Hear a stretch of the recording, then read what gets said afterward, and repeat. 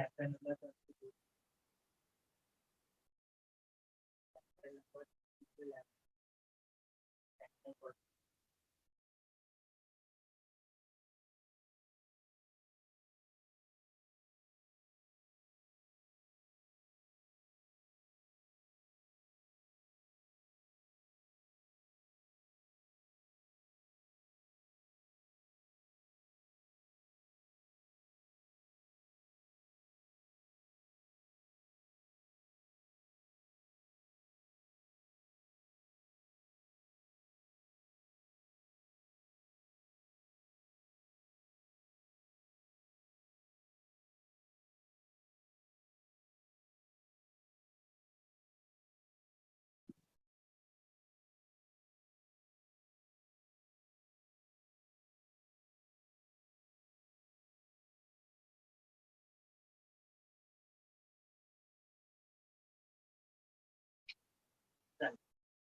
Chemical coordination की body में क्यों जरूरत पड़ी? जब हमारे पास ऑलरेडी नर्वस कोऑर्डिनेशन है, न्यूट्रल सिस्टम है बॉडी का, जो हर पॉइंट को कवर करता है, हर रिस्पॉन्स देता है, तो केमिकल कोऑर्डिनेशन की क्यों जरूरत पड़ी?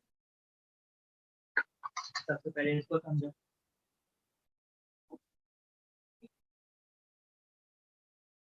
बॉडी को केमिकल कोऑर्डिनेशन की जरूरत क्यों पड़ी? वो इसलिए पड़ी क्योंकि केमिकल कोऑर्डिनेशन हर सेल तक नहीं पहुंच सकता। तो न्यूरल कोऑर्डिनेशन होता है वो क्विक होता है।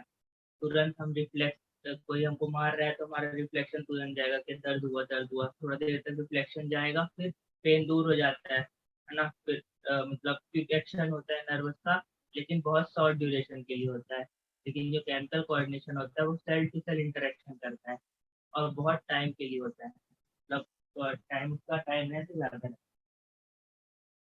और केमिकल कोऑर्डिनेशन करते कौन है? केमिकल कोऑर्डिनेशन करते हैं हार्मोन। किसी की स्क्रीन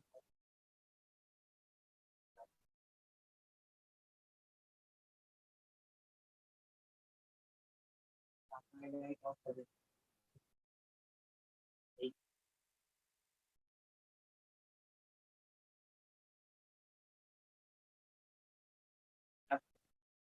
चलो आ जाओ।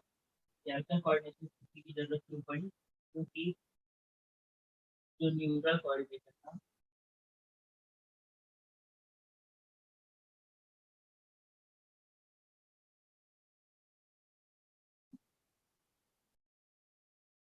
cannot perform,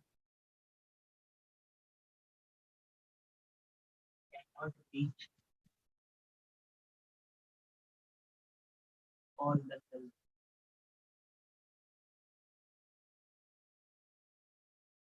केमिकल कोऑर्डिनेशन करने के लिए हार्मोन्स रिस्पॉन्सिबल होते हैं। हार्मोन्स निकालने के लिए कौन सी ग्लैंड रिस्पॉन्सिबल होती है? एक्सोक्राइन। इसलिए इसको और बोलते हैं एंडोक्राइन। इसलिए बोलते हैं एंडोक्राइन सिस्टम।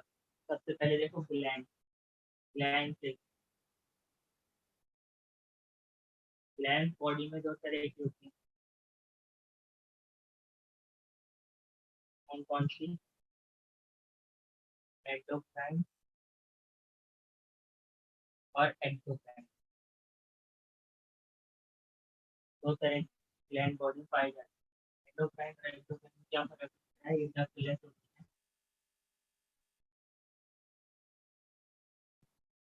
के पास तक। मतलब ये जो अपना सिक्रेशन करते हैं वो डायरेक्ट मतलब डक्ट के थ्रू करती है। एक्सोक्राइन में डक्ट रहती है।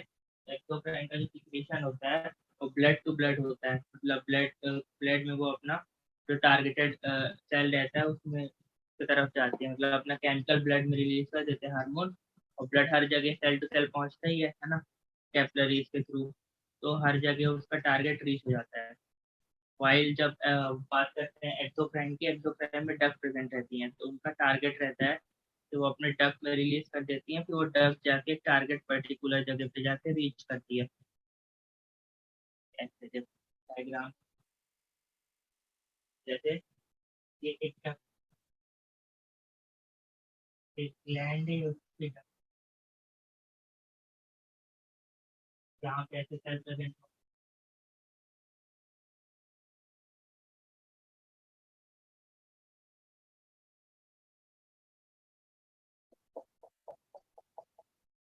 इस सेल का रिलीज सिक्रीशन हो जाएगा। और यहाँ पे कोई कोई टारगेटेड सेल होगा, कोई टारगेट जो होगी जहाँ पे ये drug release करता है, वैसा release करेगा। इसको drug release कहते हैं, ऐसा एक्सोक्राइन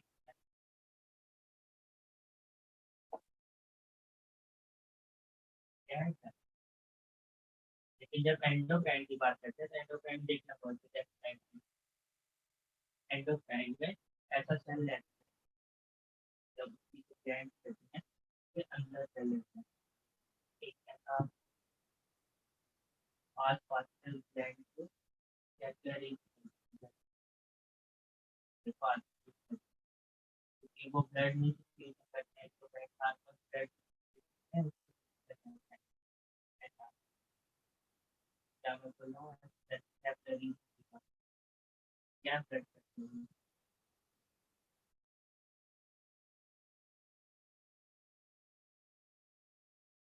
और यहाँ पे होता होगा सारी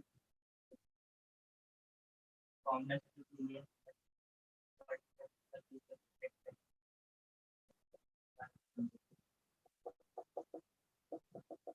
एक्सोक्राइन ऐसी होती है, एक्सोक्राइन में डक नहीं करती है, इसके अंदर ब्लड कैपिलरी जो ब्लड वेसल्स होंगे कोई से, तो उसमें अपना सिक्रीशन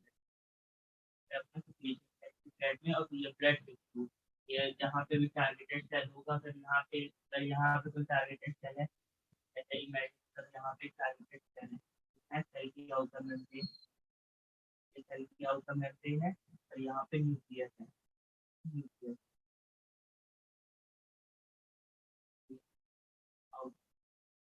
चेंज कर लिया मैंने। तो मैं क्या बोल रहा था, जो हार्मोन्स, देखो, तो मैं क्या बोल रहा था, जो हार्मोन्स रहते हैं वो अपने डक्ट में जब सिक्रीशन करते हैं, जो ग्लैंड्स रहती हैं उसके अंदर सिक्रीशन करते हैं, उसके आसपास ब्लड वेसल्स होती है, उसमें उसका सिक्रीशन चला जाता है। अब ये ब्लड वेसल जाएंगी अपने टारगेट पे, ये अगर ये कोई सेल है उसका टारगेट है, तो ये ब्लड वेसल उसके आसपास से निकलेंगी, है ना, उसके आस सेल के आसपास जाएंगे। ये सिक्रीशन जो रहेगा अपने टारगेट तक ऐसे रीच होता है, ऐसे। तो ब्लड के फिर डिपेंड करेगा, अगर पोलर है, लिक्विड वो है, जो बाई लेयर को क्रॉस कर सकते हैं, स्टेरॉइड्स वगैरह है तो क्रॉस करके अंदर डायरेक्ट चले जाएंगे, वरना यहाँ पे रिसेप्टर्स प्रेजेंट रहते हैं, अभी पढ़ेंगे उसके बारे में, ऐसा। तो एक्सोक्राइन का जो सिक्रीशन है वो डायरेक्ट ग्लैंड के अंदर होता है और ब्लड कैपिलरीज से पहुंचता है, लेकिन जो एंडोक्राइन का और एक्सोक्राइन का डक्ट के थ्रू अपने टारगेट में पहुंचता है। ये पहला पॉइंट देख लो। अब देखते हैं आगे। कोऑर्डिनेट कोऑर्डिनेटिव सिस्टम जो रहता है, एनसीईआरटी ने क्या इसकी डेफिनेशन दी है, उससे पहले देखो, इसकी स्टडी को बोलते हैं एंडोक्रिनोलॉजी। एंडोक्राइन ग्लैंड की जो स्टडी होती है उसको बोलते हैं एंडोक्रिनोलॉजी। इसको बोलते हैं इसकी स्टडी को एंडोक्रिनोलॉजी।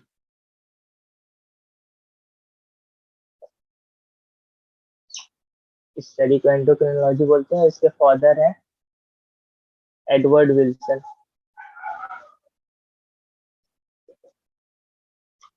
Father of endocrinology.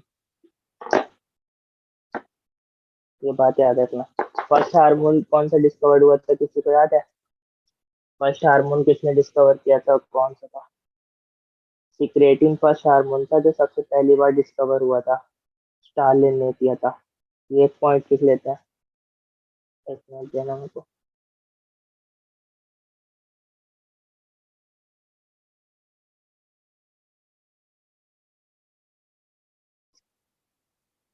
चलो इसको रेस करके अच्छे से पॉइंट लिख लेते हैं, ये दोनों इंपॉर्टेंट पॉइंट है। Study of endocrine glands, endocrine gland की स्टडी को बोलते हैं endocrinology.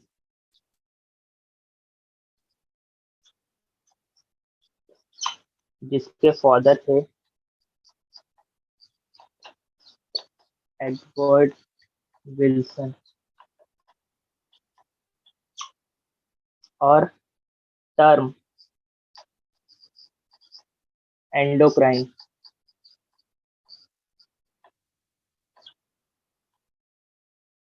Given by Charlin, SCARLIN, चार्लिन।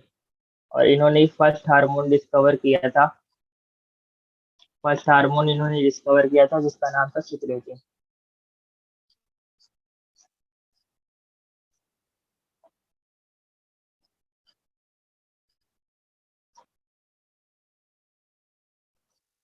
कहाँ पाया जाता है? GIT ट्रैक में पाया जाता है।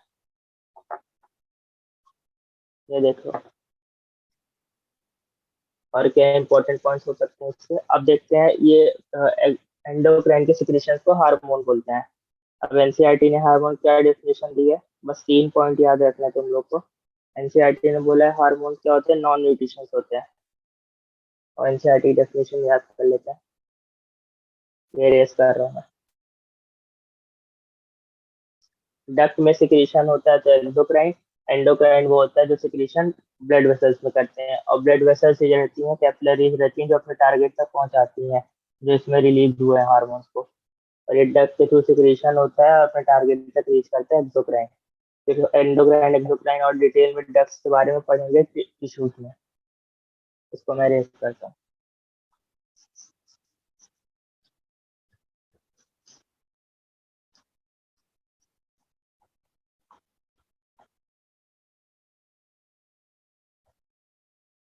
देखो हार्मोन्स का, हार्मोन ही होते हैं एंडोक्राइन ग्लैंड के सिक्रीशन। तो हार्मोन्स को एनसीईआरटी ने क्या बोला है?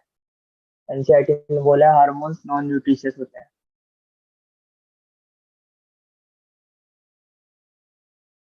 प्लस नॉन न्यूट्रिशियस होते हैं, इंट्रासेलुलर मैसेंजर होते हैं। मैं डेफिनेशन को ब्रेक करके लिख रहा हूँ। अभी सेल बना के दिखाया था ना, इंटरसेलुलर क्यों बोले, डायरेक्ट सेल के सेल में इंटरेक्ट करते हैं।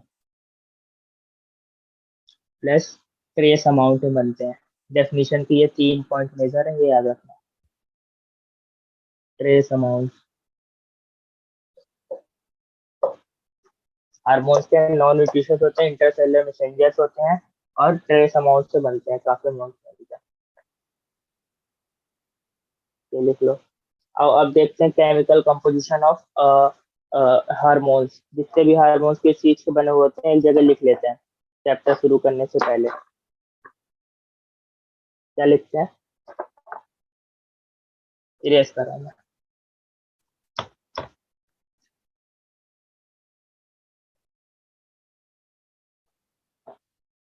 कंपोजिशन देखते हैं हार्मोन का।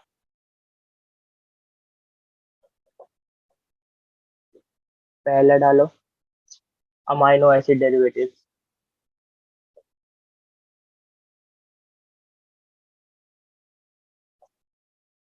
साथ ही साथ में याद रखते हैं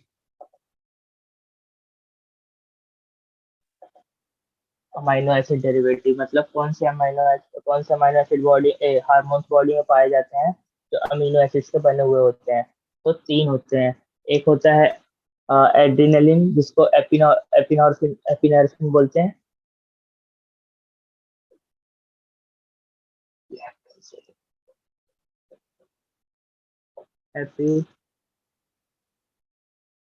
एपिनॉर्फिन। और 3 रहते हैं नॉन सर एपिनॉर। सर हाँ एड्रेनालिन का दूसरा नाम होता है ये? हाँ, एड्रिनलिन को ही बोलते हैं एपिनॉर्फिन, और जो नॉन एड्रिनलिन रहते हैं उसको नॉन एपिनॉर्फिन बोलते हैं। ये तो नहीं। वॉइस नहीं आ रही तुम्हारी सही से, बोलना क्या करे सर, आपकी वॉइस बहुत लो है। नहीं अब सही आ रही है अभी। रुको मैं समझाता हूँ।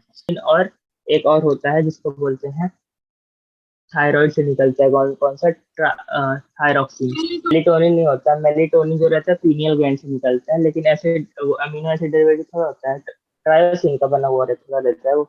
उसमें और भी केमिकल कॉम्पोजिशन होते हैं, वो अलग से स्टेट करते हैं ना। लेकिन फिलहाल जो एनसीईआरटी में दिया हुआ, एनसीईआरटी में दिया हुआ अमीनो डेरिवेटिव होते हैं वो। देखो, रुको मैं देख लेता हूँ, 1 मिनट चेक कर लेता हूँ। हो सकता है मैंने मिस कर दिया। एपिनॉर्फिन को एड्रिनलिन बोलते हैं जो कहाँ से निकलता है, एड्रिनल ग्लैंड से निकलता है। और नॉन एड्रिनलिन को नॉन एपिनॉर्फिन बोलते हैं। चलो जब उसके बारे में पढ़ेंगे पीनियल ग्लैंड में तो देख लेंगे। मेलेटोनिन अमीनो एसिड डेरिवेटिव तो इसमें तो अभी फिलहाल नहीं दिया हुआ, मैं रीचेक कर लूंगा, एक बार होगा तो मैं दोबारा लिस्ट में चेंज करा दूंगा, अभी फिलहाल ध्यान दो। थायरॉक्सिन को बोलते हैं आयोडोथोरेक्सिन, देखो आयोडोथायरॉक्सिन, इसलिए ये टायरोसिन का डेरिवेटिव होता है। ये तीनों किसके बने होते हैं? अमीनो एसिड के टायरोसिन, लेकिन इसके साथ आयोडीन भी हो जाता है, तो इसलिए इसको आयोडीन भी बोलते हैं। मतलब अमीनो एसिड के साथ थर्ड वाले पे थायरोसिन, थायरॉक्सिन में आयोडीन ही प्रेजेंट होता है, ये याद रखना। अब देखते हैं सेकंड नंबर पे स्टेरॉइड्स। स्टेरॉइड से कौन से बने हुए होते हैं? अभी देख लो डेरिवेशन सबके, तो चालू करते हैं एक एक करके, सब ग्लैंड चेक करेंगे। स्टेरॉइड्स के बने हुए होते हैं all sex hormones including mineralocorticoids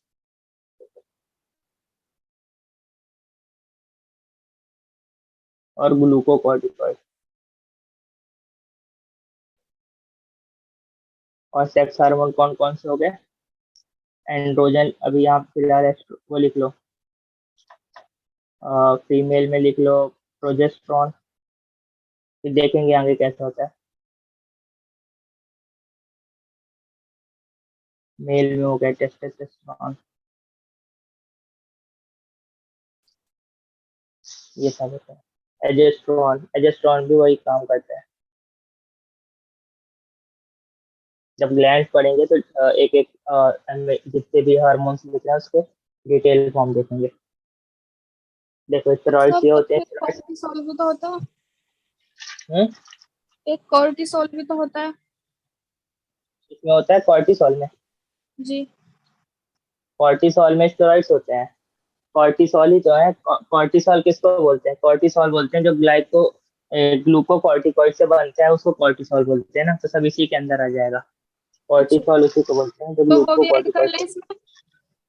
हाँ कर सकते हो, वो तो अभी पूरी लिस्ट बनेगी जब से हार्मोन्स पढ़ेंगे एक एक ग्लैंड में, तो ये मिनरलोकॉर्टिकॉइड और ग्लूकोकॉर्टिकॉइड सिंगल नहीं होते हैं, कई सारे अमीनो एसिड से बन के बनते हैं, उसका कॉमन नेम होता है मिनरलोकॉर्टिकॉइड। जो मिनरल्स के फॉर्म में वो करते हैं, डेरिवेटिव्स देते हैं, और जो ग्लूकोज के फॉर्म में उसको ग्लूकोकॉर्टिकॉइड बोलते हैं। जब लिस्ट पढ़ेंगे तो पूरे पढ़ेंगे, अभी फिलहाल याद करने के लिए मैं यहाँ ओके पे सर। लिखवा रहा हूँ। तो ऐसा याद रखना।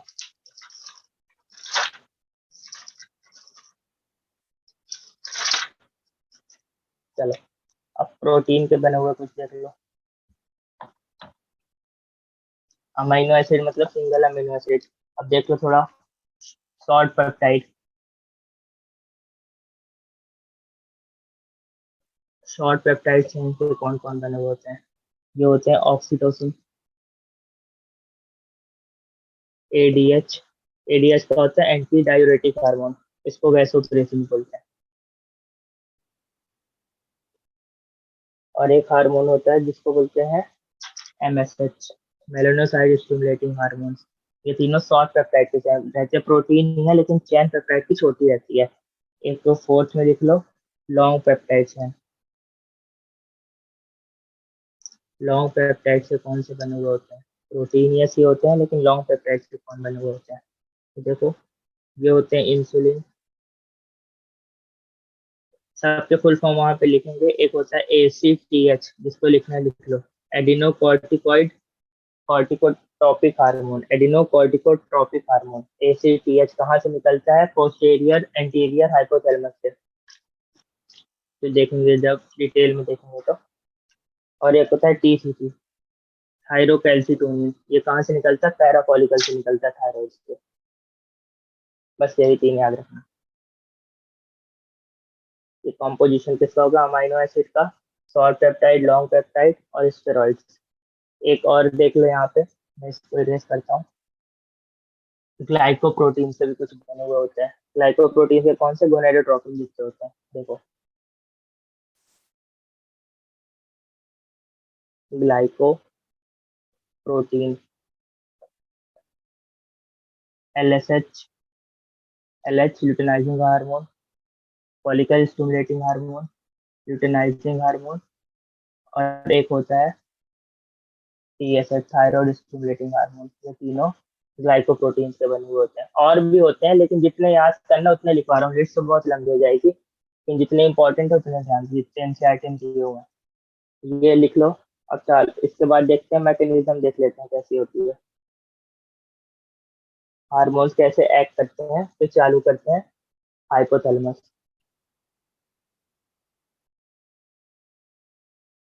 ब्लू ब्लू इंक डाल।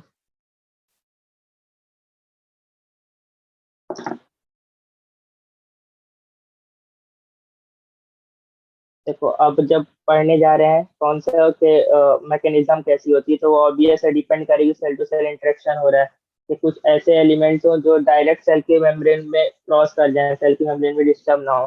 तो जो वाटर सॉल्युबल होते हैं वो सेल की मेम्ब्रेन नहीं क्रॉस कर सकते। क्यों नहीं कर सकते? क्योंकि बाइपोलर लेयर की बनी हुई रहती है, फॉस्फोलिपिड्स की बनी हुई रहती है। लिपिड्स है तो वाटर इनसॉल्युबल रहेगी, तो वाटर सॉल्युबल जितने हार्मोन्स रहते हैं वो बाई लेयर को क्रॉस नहीं कर पाते हैं। उनकी अलग मैकेनिज्म होती है। जो स्टेरॉइड्स होते हैं, या आयन, जैसे आयोडोथायरोक्सिन बताया था, इसमें आयोडीन भी होता है। आयोडीन होने की वजह से क्या होता है, इस ये क्रॉस कर जाता है, बाकी दोनों नहीं क्रॉस कर पाते।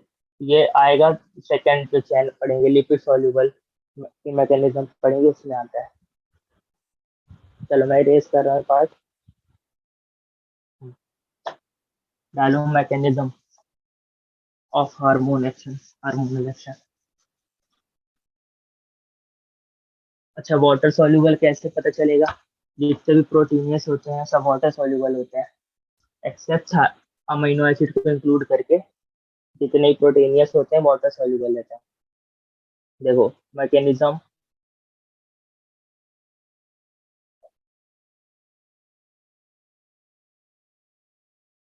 Of hormonal action.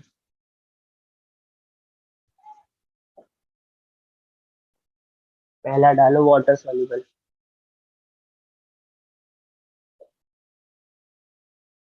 Water soluble hormone कैसे एक्ट करते हैं? एनसीईआरटी वाटर सॉल्युबल का एग्जांपल लिया है एफएसएच का,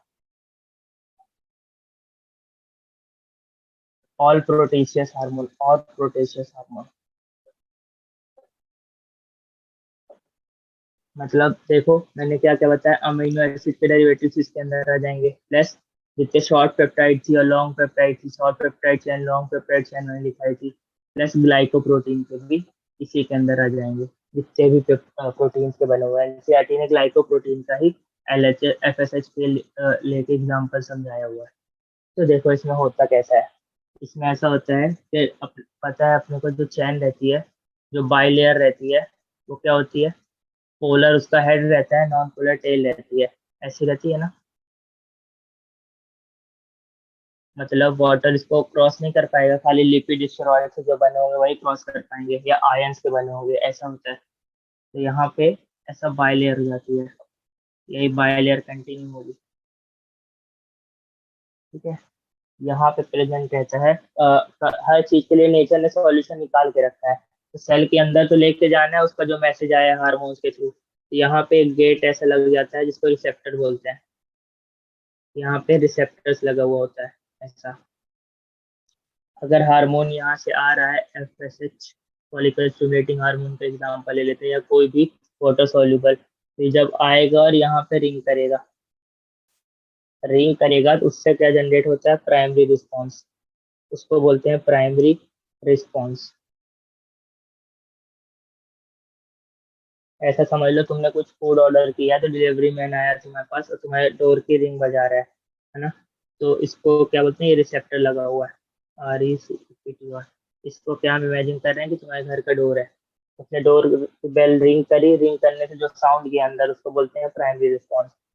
तुम्हारे पापा जाएंगे इसके पास से, फूड कलेक्ट करेंगे, फूड कलेक्ट करके लाते रहेंगे रास्ते में, उसको बोलते हैं सेकेंडरी रिस्पॉन्स। उसको क्या बोलते हैं, सेकेंडरी रिस्पॉन्स।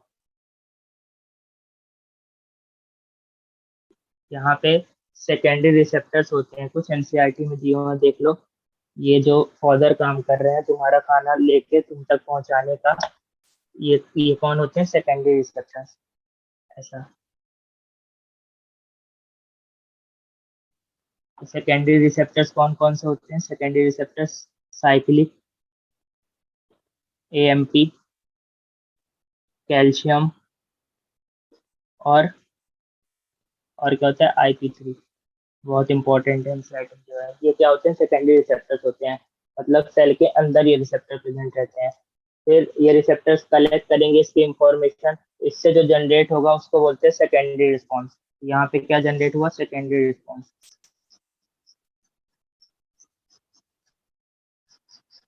तुम्हारे फादर ने जो ऑर्डर आया था, देखा तुमने बिरयानी ऑर्डर की थी, तो उससे जो रिस्पॉन्स हुआ सेकेंडरी रिस्पॉन्स हो गया। अब तुम्हारे जब तक तुम्हारे पास जाएगी उसको बोलेंगे बायोलॉजिकल चेंज। तुम खुश हो रहे होगे ना देख के कि खाना ऑर्डर किया, अच्छा आया है, बहुत सही आया है, तो उससे क्या होगा, बायोलॉजिकल चेंज। और जब खाओगे खाना, मोटे पतले हो जाओगे, भारी बिरयानी होगी ऑयली वाली, हेल्थ बढ़ेगी, उससे तुम्हारा क्या होगा, फिजियोलॉजिकल चेंज। फिजियोलॉजिकल चेंज ऐसा होता है। मतलब कहने का ये है, नॉर्मल सेंस में देखे जो हार्मोन आता है डायरेक्ट सेल के अंदर नहीं जा सकते, वाटर सॉल्यूबल, तो जरूरी होता है कोई रिसेप्टर यहाँ पे प्रेजेंट रहे। इसको बोलते हैं रिसेप्टर। ये हार्मोन को लेता है और ऐसे फ्लिक कर देता है उल्टे साइड में, यहाँ पे पहुंच जाता है, उससे क्या जनरेट होता है, प्राइमरी रिस्पॉन्स। और फिर इस हार्मोन को कलेक्ट करते हैं, कौन कलेक्ट करता है, इस हार्मोन को कलेक्ट करते हैं सेकेंडरी रिसेप्टर्स। सेकेंडरी रिसेप्टर्स कौन कौन से होते हैं, साइक्लिक एमपी, कैल्शियम और IP3। फिर उससे जो जनरेट होता है उसको सेकेंडरी रिस्पॉन्स बोलते हैं। उससे उससे क्या होता है, ये बायोलॉजिकल चेंज आता है, उसके वजह से फिजियोलॉजिकल चेंज आता है। ये कैसे आ रहा होगा, ये ऐसे आ रहा होगा कि न्यूक्लियस के अंदर चले जाओगे, न्यूक्लियस के अंदर फिर फिजियोलॉजिकल चेंज के लिए अपने हिसाब से डीएनए पे चेंज ला रहे होंगे, तो उससे आरएनए बनवा रहे होंगे, फिर वो उस टाइप का प्रोटीन कोड कर रहा होगा, है ना। तो जितने भी प्रोटीनियस हार्मोन होते हैं सब होते हैं वाटर सॉल्युबल, ये बात याद रखें।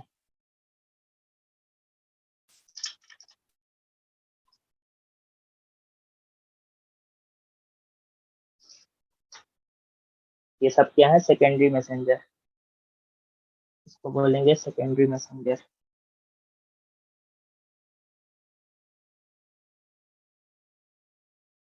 जो सेल के अंदर प्रेजेंट रहते हैं, हार्मोन को एक्सेप्ट करते हैं, हार्मोन को लेते हैं, इंफॉर्मेशन फर्दर आगे पहुंचाते हैं। और अब देखते हैं लिपिड सॉल्युबल का केस। वो हार्मोन जो लिपिड सॉल्युबल होता है, लिपिड सॉल्युबल कौन से होते हैं, स्टेरॉइड हार्मोन्स होंगे, और जो हार्मोन्स में आयन प्रेजेंट होगा, जैसे वो आइडोथॉरेक्सिन, थायरोसिन का पूरा नाम क्या होता है, आइडोथॉरेक्सिन बोलते हैं। T3 को टेट्रा आइडोथायरोनिन बोलते हैं, T4 को टेट्रा आइडोथायरोनिन बोलते हैं, ऐसे उसका नाम पड़ा। चलो इस पे रेस करते हैं, यहाँ डालते हैं वाटर सॉल्युबल, लिपिड सॉल्युबल।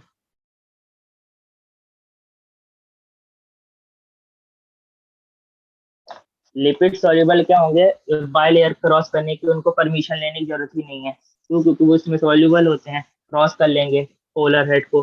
तो यहाँ पे नेचर ने रिसेप्टर दिया ही नहीं है ऐसे हार्मोन के लिए, वो डायरेक्ट इंटैक्ट करते हैं घर के अंदर। उनको किसी चीज की कलेक्टर की जरूरत नहीं है, किसी चीज की, वो डायरेक्ट जाते हैं अंदर, इंटर करते हैं, न्यूक्लियस में पहुंचते हैं। ऐसे देखो, ये बाय लेयर हो गई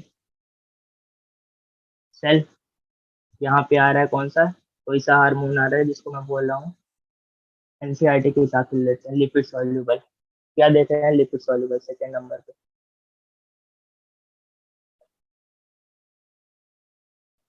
लिपिड सॉल्युबल हार्मोन्स। एनसीईआरटी में किसके एग्जाम्पल लिया है तो देखना।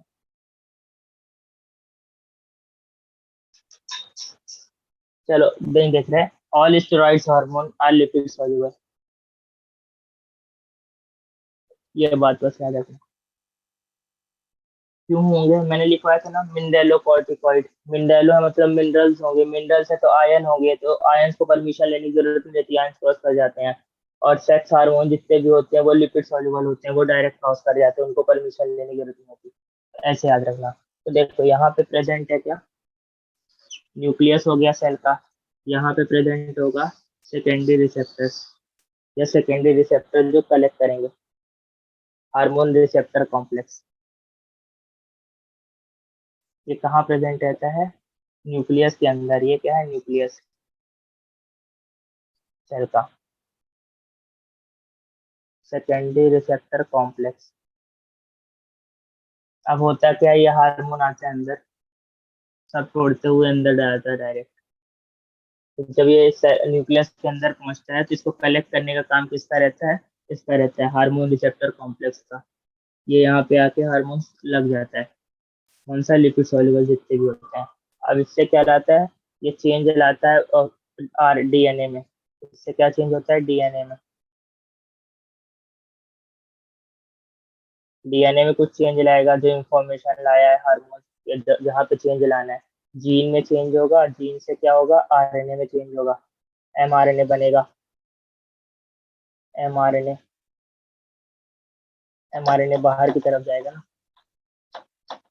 अभी समझ लो यहाँ खाली आरएनए बन रहा है, यहाँ पे बन रहा है एमआरएनए। न्यूक्लियस के बाहर बनता है ना।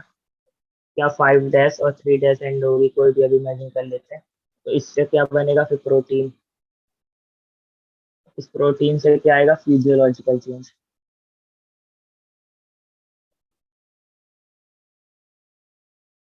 ऐसा होता है, ऐसा रिस्पॉन्स करता है। तो याद करने की क्या जरूरत है कि जो वाटर सॉल्युबल होते हैं उसके जो रिसेप्टर्स रहते हैं सेकेंडरी रिसेप्टर, वो सेल के अंदर प्रेजेंट रहते हैं।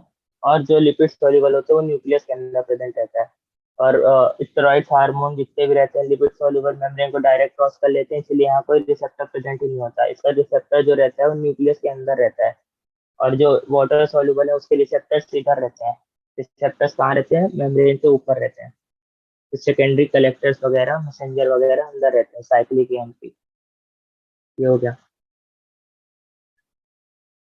चलो अब एक एक करके सब देखते हैं। हाइपोथैलेमस से चालू करते हैं। नेचर देख लिया, मैकेनिज्म देख लिया, अब हाइपोथैलेमस से चालू करते हैं। चलो पहले क्या करेंगे, सबके स्ट्रक्चर देख लेते हैं, कहाँ लोकेशन है, क्या क्या कौन कौन से हार्मोन्स निकालते हैं। फिर एक साथ पूरे हार्मोनल फंक्शन पढ़ लेंगे। देखो, डालो hypothalamus plus pituitary gland. Hypothalamus और पिट्यूटरी ग्लैंड को साथ में पढ़ेंगे। एक ही चीज होती है, मतलब एक ही सिमिलर स्ट्रक्चर है। Plus pituitary gland. Spelling spelling गलत हो करेक्ट कर लेना, तुम लोग बड़े हो। देखो होता क्या है, एक अपने फोर ब्रेड में एक स्ट्रक्चर होता है जिसको बोलते हैं डाइनसेफेलॉन। क्या बोलते हैं? डाइनसेफेलॉन।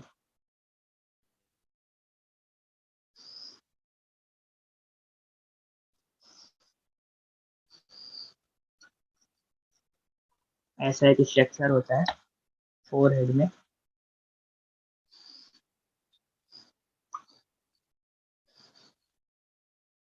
जिसको बोलते हैं डाइनसेफेलॉन। इसके 3 पार्ट्स रहते हैं, समझना। ऊपर डाइनसेफेलॉन, ये स्ट्रक्चर क्या कहलाता है? डाइनसेफेलॉन।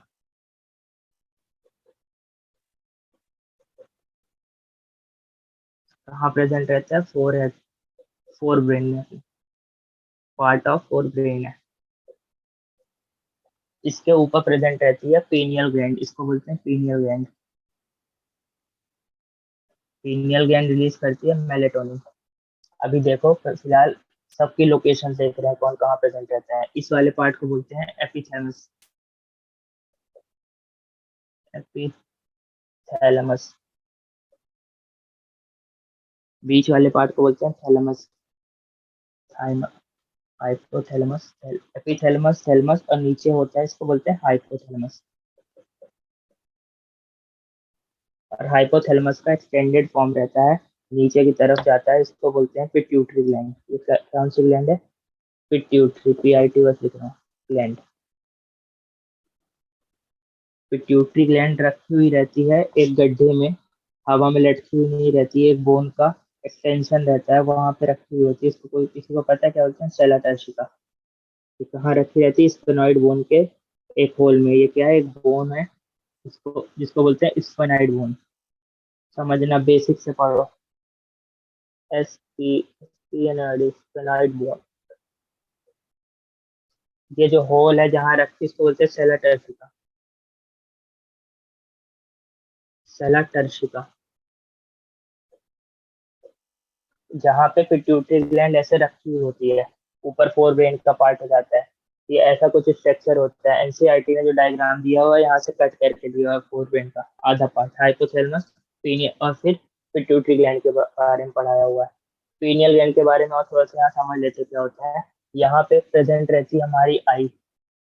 इमेजिन करो इधर पे प्रेजेंट है, पीनियल ग्लैंड का नेम मिटा रहा हूँ मैं, यह है पीनियल ग्लैंड। ठीक है, यहाँ पे अपनी आई अगर प्रेजेंट रहती है, देखो मेलेटोनिन एक्ट कैसे करता है मैं समझाता हूँ तुम लोग को। ये अगर हमारी आई प्रेजेंट है तो आई की ऑप्टिकल नर्व्स रहेंगी, आई की ऑप्टिकल नर्व्स आएंगी पीनियल ग्लैंड में। इस आई की भी ऑप्टिकल नर्व, आई को मैं बाहर की तरफ कर देता हूँ, इसकी भी ऑप्टिकल नर्व कलेक्ट होंगी और किधर आएंगी पीनियल ग्लैंड के अंदर। इसीलिए बोलते हैं जो पीनियल ग्लैंड मेलेटोनिन निकालता है, वहां पे भी लिख लेंगे, पहले यहाँ पे देख लो, वो लाइट के इनवर्सली प्रोपोर्शनल होता है। समझो बात को, जब हमको सोना होता है, नींद आती है, तो बोलते हैं ना लाइट ऑफ कर दो नींद आ रही है, या जब रोशनी ज्यादा होती है तो नींद नहीं आती। क्यों ऐसा होता है? क्योंकि मेलेटोनिन कम प्रोड्यूस होता है, बॉडी आलसी हो जाती है, बीएमआर कम हो जाता है, नींद आने लगती है। इसलिए नींद आने के लिए बोलते हैं लाइट ऑफ कर दो। तो मेलेटोनिन कब एक्ट करता है? डार्कनेस में एक्ट करता है। मेलेटोनिन अगर लाइट ज्यादा है, दिन के समय लाइट ज्यादा रहती है, मेलेटोनिन का फॉर्मेशन कम होता है, जिसका वैसे दिन में नींद नहीं आती है ना। लेकिन रात में जैसे लाइट कम होती है वैसे मेलेटोनिन बढ़ जाता है। और ये सब पता कहाँ से चलता है? आई से पता चलता है, अपने रेटिना से सिग्नल पहुंचता है पीनियल ग्लैंड में। ऐसा कि लाइट ज्यादा है कि लाइट कम है, उस हिसाब से मेलेटोनिन का सिक्रेशन होता है, उस हिसाब से बॉडी एक्ट करती है। इसीलिए मेलेटोनिन को बोलते हैं कि स्लीप वॉक साइकिल को मेंटेन करता है। Sleep walk cycle, sleep walk cycle को मेंटेनेंस का काम मेलेटोनिन का रहता है। क्यों रहता है? क्योंकि यहाँ से ऑप्टिकल नर्व्स होकर गुजरती हैं, जिसके वजह से लाइट ज्यादा अगर हो गई तो मेलेटोनिन कम प्रोड्यूस होगा, है ना। अगर लाइट कम हो गई तो मेलेटोनिन ज्यादा प्रोड्यूस होगा और हमको नींद बहुत आएगी, बॉडी का बीएमआर बढ़ जाएगा, मेटाबॉलिज्म बढ़ा देता है मेलेटोनिन। ये तो यहाँ पीनियल ग्लैंड है इसलिए मैंने बता दिया, फिर डिटेल में भी देखेंगे। हाइपोथैलेमस हो गया और पिट्यूटरी ग्लैंड। अब क्या करते हैं, मैं यहाँ से कट कर रहा हूँ, इधर से कट करते हैं, इतना स्ट्रक्चर बनाते हैं, ठीक है, क्योंकि सिलेबस में तो यही दिया हुआ है। सर एपिथेल स्क्रीनशॉट लेने दीजिए, क्या कर लूँ? स्क्रीनशॉट लेने दीजिए। हाँ हाँ, लो ना स्क्रीनशॉट, ले लो कोई बोल लो, आराम से पढ़ो। ये स्फेनॉइड बोन है। देखो स्पेलिंग वगैरह मिस्टेक कर देता हूँ तो तुम लोग अपने सही कर लेना, है ना, जल्दी जल्दी में हो जाती है।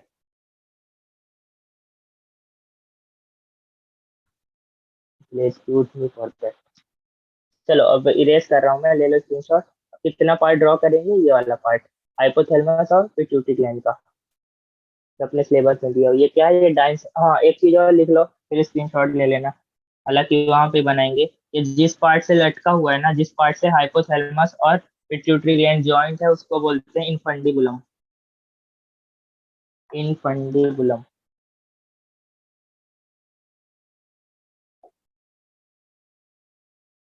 इनफंडिबुलम। अब इसका स्ट्रक्चर बनाएंगे और इसके अंदर देखेंगे हार्मोन कैसे रिएक्ट करते हैं। एक दो कलर के मार्कर और ले आएंगे, क्योंकि जूलॉजी पढ़ने के लिए कलर होना जरूरी है। मैं इरेज कर रहा हूँ, स्क्रीनशॉट ले लिया होगा।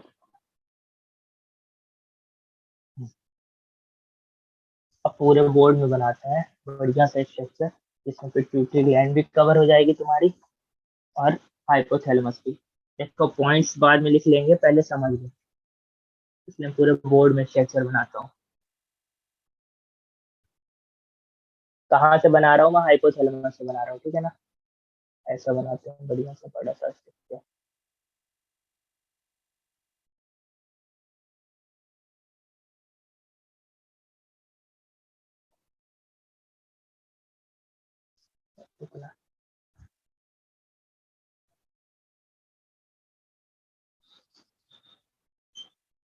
ये छोटी पड़ गई, चलो एडजस्ट कर लेंगे।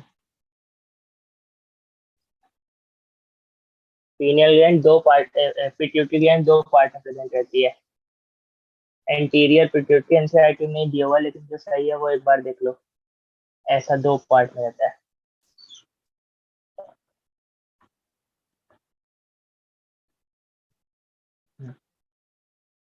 इसको बोलते हैं, मार्किंग कर लेते हैं ना, ऊपर वाला हाइपोथैलेमस है, पिट्यूटरी ग्लैंड है। यहाँ पे एक्चुअली में एक लेयर और प्रेजेंट रहती है ऐसा, जिसको आगे बोलेंगे क्या पढ़ते हैं, पार्स इंटरमीडिया। पार्जोसेलिस इंटरमीडिया नर्वोसा, वो देखेंगे पहला पॉइंट। ये कहलाता है पोस्टीरियर पिट्यूटरी। पोस्टीरियर पिट्यूटरी को मैं PIT बस लिख रहा हूँ, और ये कहलाता है anterior pituitary.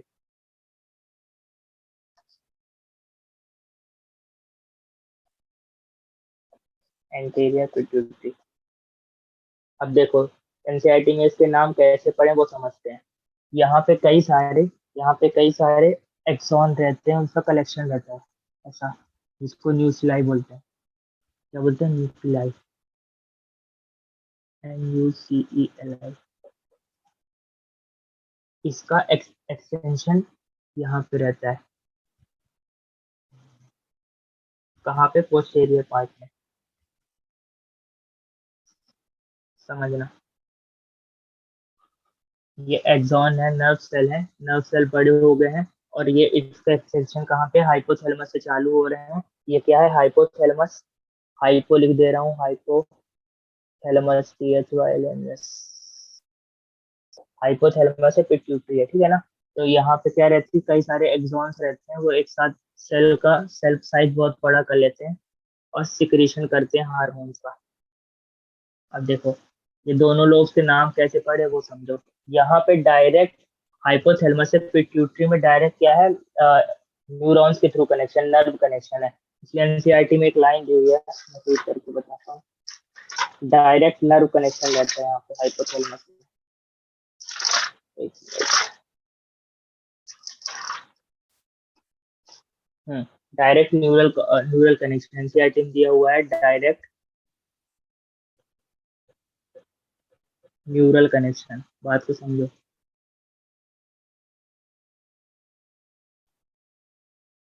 Direct neural connection रहता है कहाँ पे? पोस्टीरियर पार्ट में। दिख रहा है ये क्या है? एक्सॉन्स हैं जो बड़े हो गए, नर्व सेल है ये। नर्व सेल एक्सॉन क्या करेंगे? इसको न्यूरो सिक्रेटरी सेल बोलते हैं। ये क्या करते हैं? हार्मोन सिक्रीट करते हैं। ये जो सिक्रीट करेंगे हार्मोन, सिक्रीशन उसका हार्मोन्स का होता है इस सर पे हाइपोथैलेमस में, लेकिन स्टोर होते हैं और रिलीज होते हैं पिट्यूटरी से। स्टोर और रिलीज पिट्यूटरी से होते हैं। फॉर्मेशन यहाँ पे होता है, कहाँ पे? हाइपोथैलेमस में। कौन कौन से होते हैं ऐसे हार्मोन? उन्होंने पढ़ा होगा, ATH। मैं नाम मिटा रहा हूँ, ये न्यूक्लियाई है, इन लोग को पता है। दो हार्मोन यहाँ पे बनते हैं। कौन से बनते हैं हाइपोथैलेमस में? ADH, जिसको वैसोप्रेसिन भी बोलते हैं,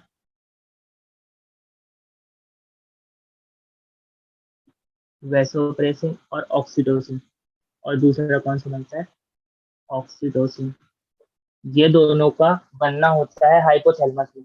हाइपोथैलेमस से बनते हैं, लेकिन रिलीज कहाँ से होते हैं? पोस्टीरियर पिट्यूटरी से। क्वेश्चन आए, ADH और ऑक्सीटोसिन रिलीज कहाँ से होते हैं? पिट्यूटरी ग्लैंड से।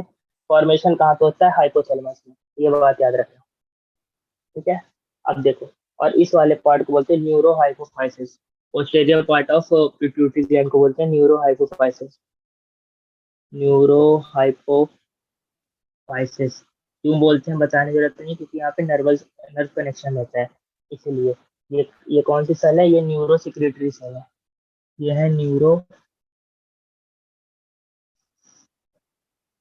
Secretory cell.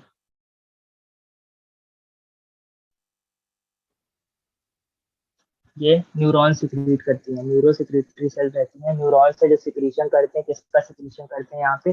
ADH और ADH, जिसको वैसोप्रेसिन बोलते हैं। ADH का मतलब होता है एंटी डायरेटिक हार्मोन, और ऑक्सीटोसिन बनते यहाँ पे हैं, सिक्रेट होते हैं पिट्यूटरी ग्लैंड से। अब देखो आते हैं पोस्टीरियर पार्ट में। अब आते हैं एंटीरियर पार्ट में। एंटीरियर पार्ट में भी यहाँ पे कुछ न्यूरॉन्स प्रेजेंट रहते हैं, वो भी न्यूरो सिक्रेटरी होते हैं। ऐसे न्यूरॉन्स यहाँ पे प्रेजेंट रहते हैं, शेप अलग होता है। ये भी न्यूरो, जैसे वो न्यूरो सिक्रेटरी थे, न्यूरॉन जो सिक्रेट करते थे, वैसे ये भी होंगे neuro secretory. Neuro secretory neurons या नर्व्स क्या सिक्रेट करते हैं? ध्यान दो, सिक्रेट क्या करते हैं, ये मेन इनका काम रहता है। तुम लोग लिख लेना, या मैं लिखता हूँ सिक्रेट क्या करते हैं। हाइपोथैलेमस के जो न्यूरो सिक्रेटरी होते हैं, वो सिक्रेट करते हैं क्या? रिलीजिंग हार्मोन, RH, अभी मैं लिख रहा हूँ फिर अलग से लिखेंगे, और इनहिबिटिंग हार्मोन। दो टाइप के हार्मोन हाइपोथैलेमस सिक्रीट करता है, इनहिबिटिंग हार्मोन और कौन सा रिलीजिंग हार्मोन बनाता है। बनाता ये भी है एडीएच वेसोप्रेसिन, लेकिन ये रिलीज होता है यहाँ से, ये बनता भी यहाँ पे है और रिलीज भी यहीं से होता है, इसलिए इसको याद रखना। फिर यहाँ पे क्या होता है, यहाँ पे होते हैं, ऐसा समझ लो ऊपर से कोई ब्लड कैपिलरी आ होगी, ऊपर से थैलेमस से होते हुए जो डायग्राम बनाया था हमने डायंसिक्लोन का, ऐसे कोई ब्लड कैपिलरी आ रही होगी, यहाँ से निकल जाएगी।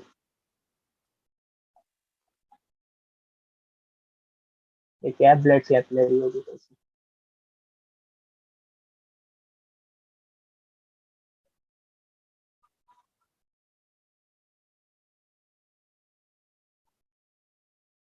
ऐसे बना देते हैं, इसको बोलते हैं हाइपोफिशियल पोर्टल सिस्टम। मैंने बताया ना अभी कि ब्लड में रिलीज करते हैं अपने, ये ऐसा केस है, ऐसा क्वेश्चन बन सकता है, ये न्यूरॉन से न्यूरॉन्स में रिलीज हो रहा है, लेकिन इसके बाद यहाँ ब्लड में रिलीज होकर ट्रेवल होता है अपने टारगेट तक, लेकिन ये रिलीज कहाँ हो रहा है, न्यूरॉन्स में रिलीज हो रहा है, उसी में ही स्टोर हो रहा है, इसको फ्यूटोसाइट्स बोलते हैं। तो देखो ये वाले जो सेल है न्यूरोसिक्रेटरी सेल रिलीजिंग हार्मोन और इमिटिंग हार्मोन रिलीज करेंगे, और ये रीच होंगे कहाँ पे, पिट्यूटरी, कौन से पार्ट में, एंटीरियर पार्ट में। यहाँ पे 4-5 सेल प्रेजेंट रहती हैं, 1 2 3 4, एक सेल होती है जो ये दोनों के बीच में रहती है, अभी समझाता हूँ क्या रहती है। तो अगर इन सेल से हार्मोन निकलवाना है तो रिलीजिंग हार्मोन यहाँ सिक्रीट होंगे, और इन सेल के पास जाएगा सिग्नल के अपने हार्मोन सिक्रीट करो, फिर ये हार्मोन सिक्रीट करेंगे और हार्मोन ब्लड वेसल्स में आएंगे, उसके थ्रू अपने टारगेट में जाएंगे। ठीक है, जैसे गोनेडोट्रोपिन रिलीजिंग हार्मोन को, अगर गोनेडोट्रोपिन रिलीजिंग हार्मोन जीएनआरएच, अभी समझाएंगे सब कुछ, अगर जीएनआरएच गोनेडोट्रोपिक रिलीजिंग हार्मोन होता है जो सिक्रीट होता है, निकलता है हाइपोथैलेमस से, यहाँ से निकलेगा, यहाँ से एक कोई सेल होगी जो गोनेडोट्रोपिक हार्मोन रिलीज कर रही होगी, एफएसएच और एलएच, ल्यूटिनाइजिंग हार्मोन और फॉलिकल स्टिमुलेटिंग हार्मोन। तो ये हार्मोन अगर निकलवाना होगा, बॉडी में जरूरत होगी, तो ये सिग्नल भेजेगा रिलीजिंग हार्मोन, हाइपोथैलेमस किसको भेजेगा, पिट्यूटरी ग्लैंड को, और पिट्यूटरी ग्लैंड फिर क्या करेगा, सिक्रेट करेगा, ब्लड वेसल में डालेगा, पहुंच जाएगा। ऐसे कोई भी ग्रोथ हार्मोन हो सकता है, थायराइड स्टिमुलेटिंग हार्मोन हो सकता है, एडिनोकॉर्टिकोट्रोपिक हार्मोन हो सकता है, मतलब जितने पिट्यूटरी ग्लैंड निकालता है सब हो सकता है। तो इसका कहने का मतलब यह है, इसलिए हाइपोथैलेमस को बोलते हैं master of master gland. Body की मास्टर ग्लैंड होती है पिट्यूटरी ग्लैंड, लेकिन मास्टर ग्लैंड को कंट्रोल कौन करता है, मास्टर ग्लैंड पे सिक्रीशन को कंट्रोल करने वाला होता है हाइपोथैलेमस, इसलिए हाइपोथैलेमस को बोलते हैं मास्टर ऑफ मास्टर ग्लैंड। ये बात याद रखना, ठीक है। मास्टर ऑफ मास्टर ग्लैंड क्यों बोला जाता है, क्योंकि इसके सिक्रीशन को कंट्रोल हाइपोथैलेमस करता है, इसलिए। और कुछ बचा यहाँ पे पॉइंट, हाँ, इसको बोलते हैं, इस वाले पार्ट को एडिनो हाइपोफाइसिस, एंटीरियर पार्ट को ए से याद रखना, एंटीरियर से एडिनो, एडिनो हाइपोफाइसिस, इसको क्या बोलते थे, न्यूरो हाइपोफाइसिस। पोस्टीरियर पार्ट को, एंटीरियर पार्ट को एडिनो हाइपोफाइसिस बोलते हैं। और क्या पॉइंट बचे, हाँ, पोर्टल सिस्टम समझ लो। पोर्टल सिस्टम क्या होता है, बॉडी में खाली दो जगह ऐसी होती है यहाँ पे पोर्टल सिस्टम पाया जाता है, एक हेपेटिक पोर्टल सिस्टम लीवर में पाया जाता है, एक हाइपोफिशियल पोर्टल सिस्टम हाइपोथैलेमस और पिट्यूटरी ग्लैंड के बीच पाया जाता है, इसको बोलते हैं हाइपोफिशियल पोर्टल सिस्टम, इसको बोलते हैं हाइपोफिशियल पोर्टल सिस्टम। अपने हिसाब से ड्रॉ करते रहो अपनी कॉपी में, अगर ये समझ में ना आ रहा हो तो। इसको बोलते हैं हाइपोफिशियल पोर्टल सिस्टम। पोर्टल सिस्टम क्या होता है आप समझते हैं, पोर्टल सिस्टम वो होता है कि किसी चीज का केमिकल रिलीज भी हो रहा है वहीं पे ब्लड के थ्रू, और खत्म भी ब्लड में हो रहा है। जैसे यहाँ पे देखो इसका सिक्रीशन हो रहा है ब्लड में, और यहाँ पे सिग्नल भी ब्लड के थ्रू ही भेज रहा है, मतलब जिस कोई जो सिस्टम्स का काम ब्लड में ही चालू होता है, ब्लड से ही खत्म होता है, ब्लड के आसपास रहता है, उसको बोलते हैं पोर्टल सिस्टम। ऐसा हेपेटिक पोर्टल होता है ब्लड का, और एक हाइपोफिशियल पोर्टल, यहाँ पे लिख लेते हैं कहीं, जगह बची नहीं है। चलो एक बार मैं नेक्स्ट पेज में पूरा लिखवा दूंगा, पहले समझने वाली बात देखो। यहाँ सेल को कुछ नंबरिंग दे देते हैं, 5 डिफरेंट टाइप ऑफ सेल्स होती हैं, इस वाले पार्ट को और बोलते हैं। इतना एक बार स्क्रीनशॉट ले लो, फिर मैं जरूरत वाली चीज दूसरी बार लिखता हूँ, ये पहला, ये जितना लिखा हुआ है ये इरेज कर दूंगा मैं, फिर अब दूसरी चीजें लिखते हैं जो काम की है।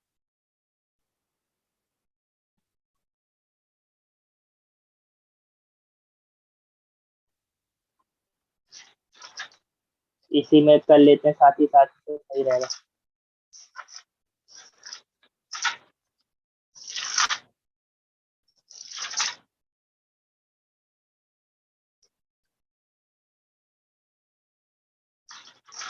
अब ऊपर से चालू करते हैं कि हाइपोथैलेमस के इनहिबिटरी हार्मोन कौन कौन से होते हैं, क्या इनहिबिट करते हैं, क्या रिलीज करते हैं।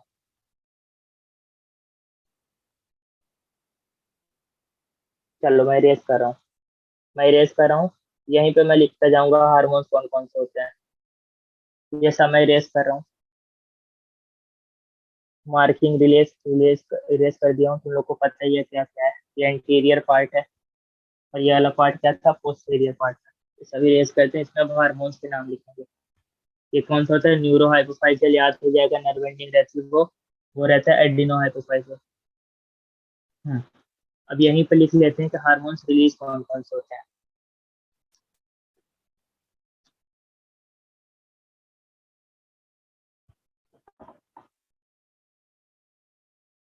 इसको मैं और बड़ा सा रहता छोटा है लेकिन क्योंकि एक पढ़ना है इसमें बड़ा सा।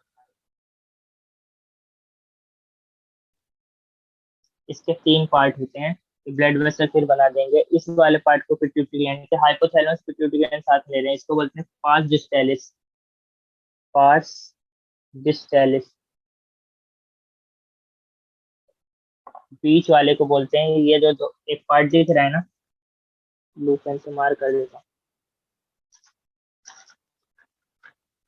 ये वाला पार्ट, ये ये ह्यूमंस में वेस्टिजियल होता है, काम का नहीं रहता। इस वाले पार्ट को बोलते हैं पास इंटरमीडिया। इसको बोलते हैं पास इंटरमीडिया। इधर लिख दूँ, चलो यहाँ पे ऐसा कर देते हैं। ये वाला पार्ट है पास इंटरमीडिया। सब थ्योरी के फॉर्म में बाद में लिख लेंगे, अभी फिलहाल समझने के लिए। इंटरमीडिएट में बीच में प्रेजेंट है और इसको बोलते हैं पास नर्वोसा। नर्वोसा तो याद करने की जरूरत नहीं है, नर्व सिस्टम है यहाँ पे, पास नर्वोसा। ये होता है पिट्यूटरी ग्लैंड के 3 डिस्ट्रीब्यूशन। ये अलग अलग हार्मोन्स रिलीज करते हैं, अलग अलग हार्मोन्स का काम होता है इनका। जो पास डिस्टेलिस होते हैं वो 4 सेल को ऑपरेट करते हैं। यहाँ पे 4 डिफरेंट टाइप की सेल्स होती हैं जो हार्मोन रिलीजिंग सेल रहती हैं, उसको रेगुलेट करते हैं पास डिस्टेलिस। एक होती है गोनेडोट्रोपिन, गोनेडोट्रोपिन।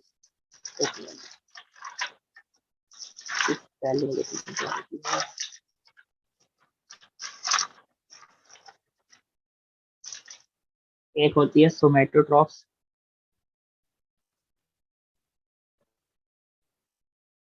एक होती है थायरोट्रॉप्स। बाद में भी लिखेंगे, सारी समझने के लिए यहाँ लिखना। एक होती है एक होती है कौन सी, लेप्टोट्रॉप्स।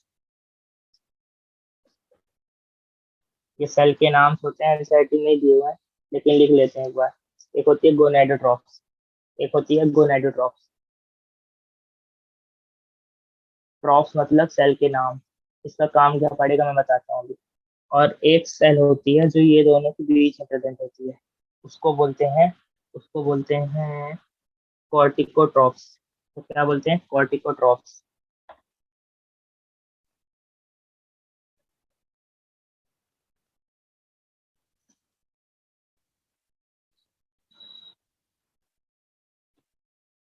एक सेल इन दोनों के बीच, पास डिस्टेलिस और इंटरमीडिया के बीच प्रेजेंट होती है, जिसको बोलते हैं कॉर्टिकोट्रॉप्स। अब देखो इनका काम क्या रहता है, इनका काम क्या रहता है। सोमेटोट्रॉप जो रहती है वो सोमेटोट्रॉप रिलीज करती है, ग्रोथ हार्मोन। थायरोट्रॉप जो रहती है वो क्या रिलीज करती है, जब सिग्नल आता है ऊपर से, thyroid hormone, thyroid stimulating hormone, अलग से लिखेंगे। लेप्टोट्रॉप्स क्या रिलीज करती है, लेक्टिन हार्मोन मतलब प्रोलैक्टिन। और गोनेडोट्रॉप क्या रिलीज करेंगी, फॉलिकल स्टिमुलेटिंग हार्मोन और लुटिनाइजिंग हार्मोन। कॉर्टिकोट्रॉपिक क्या रिलीज करेंगी, एडिनोकोर्टिकोट्रॉपिक हार्मोन और एमएसएच। ये 2 हार्मोन रिलीज करती है, कौन कौन से, एडिनोकोर्टिकोट्रॉपिक और एमएसएच, मेलानोसाइट स्टिमुलेटिंग हार्मोन। वो कौन से पार्ट से रिलीज होता है, आधे आधे पार्ट प्रेजेंट है, मतलब ये पास इंटरमीडिया का पार्ट होता है। पास इंटरमीडिया से एमएसएच रिलीज होता है, एमएसएच। अब देखो मैं क्या बताना चाहता हूँ, यहाँ पे होता है रिलीजिंग हार्मोन्स। चलो ये डायग्राम दिमाग में रखना, मैं इरेज कर रहा हूँ, ठीक है, मैं बस लिखता जाऊंगा कौन कहाँ से कहाँ है। ये डायग्राम दिमाग में रखना, इसको मैं रेस कर रहा हूँ। क्या डायग्राम इतना बड़ा बना दिए कि दूसरे पॉइंट लिख नहीं पा रहे हैं यहाँ पे। अब पार्ट बनाते हैं और लिखते जाते हैं क्या क्या समझा अपन। मैं रेस करता हूँ।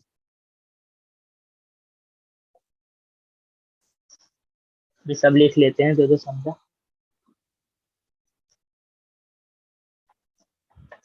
चालू करते हैं हाइपोथैलेमस, ठीक है ना, तो नीचे की तरफ आते जाएंगे।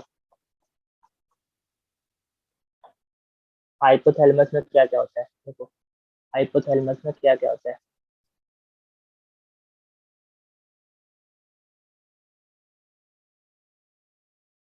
हाइपोथैलेमस में दो तरह के हार्मोन रिलीज होते हैं। कौन कौन से? Releasing hormone.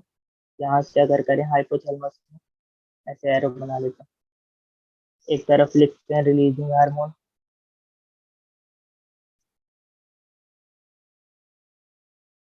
इनका काम क्या होता है? इनका काम बस इतना होता है, जो मास्टर ग्लैंड पिट्यूटरी तक उस तक सिग्नल पहुंचाना कि भाई अपना आइटम, अपना जो तुम्हारा हार्मोन था रिलीज करो। Releasing hormone. एक होता है इनहिबिटिंग हार्मोन।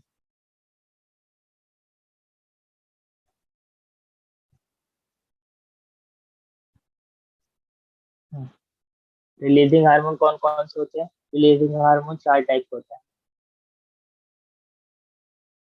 GHRH। RH मतलब releasing hormone, growth hormone releasing hormone, GHRH। एक होता है thyro thyrotrophs releasing hormone, thyrotrophs, TRH। इसको बोलते हैं थायरो। मैंने इसीलिए सेल के नाम लिख दिए थे, ट्रॉप्स रिलीजिंग हार्मोन। एक होता है, मैं ही बताता हूँ, एडिनोकॉर्टिकोट्रॉपिक रिलीजिंग, या इसको बोल सकते हैं कॉर्टिकोट्रॉपिक रिलीजिंग हार्मोन, CRH।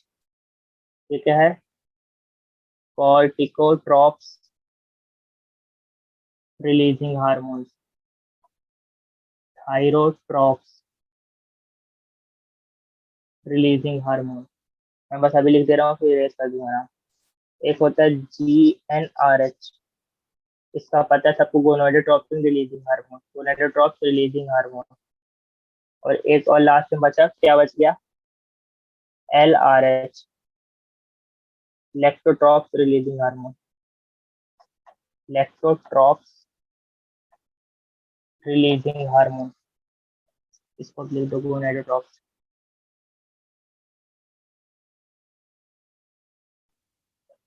नाम देख के समझो, याद नहीं करो। इनका काम है ग्रोथ हार्मोन को रिलीज करवाना। कहाँ से? पिट्यूटरी ग्लैंड से। तो रिलीजिंग हार्मोन, जो थायराइड स्टिमुलेटिंग हार्मोन, ये क्या कराएगा? ये ग्रोथ हार्मोन को रिलीज कराएगा। हार्मोन एक काम करते हैं, यहाँ पे पिट्यूटरी लिख देते हैं, क्योंकि रिलीजिंग हार्मोन सिग्नल पहुंचाएंगे anterior pituitary, anterior pituitary. Inhibiting hormone last में देखेंगे यहाँ पे। एंटीरियर पिट्यूटरी में क्या क्या हार्मोन रिलीज कराएंगे देखो, 1 2 3 4 5। गोनाडोट्रोपिन रिलीजिंग हार्मोन रिलीज कराएगा growth hormone.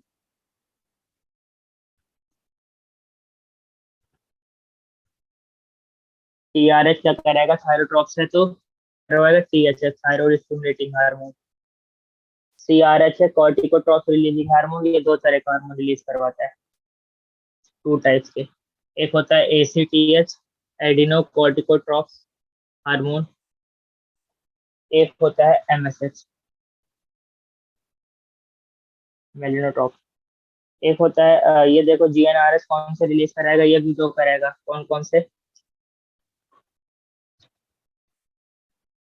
FSH, follicle stimulating hormone और ल्यूटिनाइजिंग हार्मोन। और लास्ट वाला क्या रिलीज करवाएगा? कहाँ पे? इंटीरियर पिट्यूटरी में, प्रोलैक्टिन। ठीक है, चलो ऐसा। अब इनहिबिटिंग हार्मोन का क्या काम होता है? रिलीजिंग हार्मोन का होता है सिग्नल पहुंचाना, जब जरूरत होती है कि सिग्नल पहुंचाओ, जब बहुत ज्यादा फॉर्मेशन हो जाता है, जरूरत होती है कोई ऐसा हार्मोन निकले हाइपोथैलेमस से जो ज्यादा सिक्रीशन हो रहा है उसको कम करवाए, उसको बोलते हैं inhibiting hormone, INHI, inhibiting hormone. ये क्या करता है? इनहिबिट करता है जब ज्यादा सिक्रीशन हो जाता है। तो याद कौन कौन से रखने हैं ये दो याद रखने हैं, एक डोपामाइन याद रखना है एक सोमैटोस्ट्रोफिन दिया हुआ है एनसीईआरटी, देख लें दिया हुआ है तो दिया, सोमैटोस्टैनिन दिया हुआ लगता है।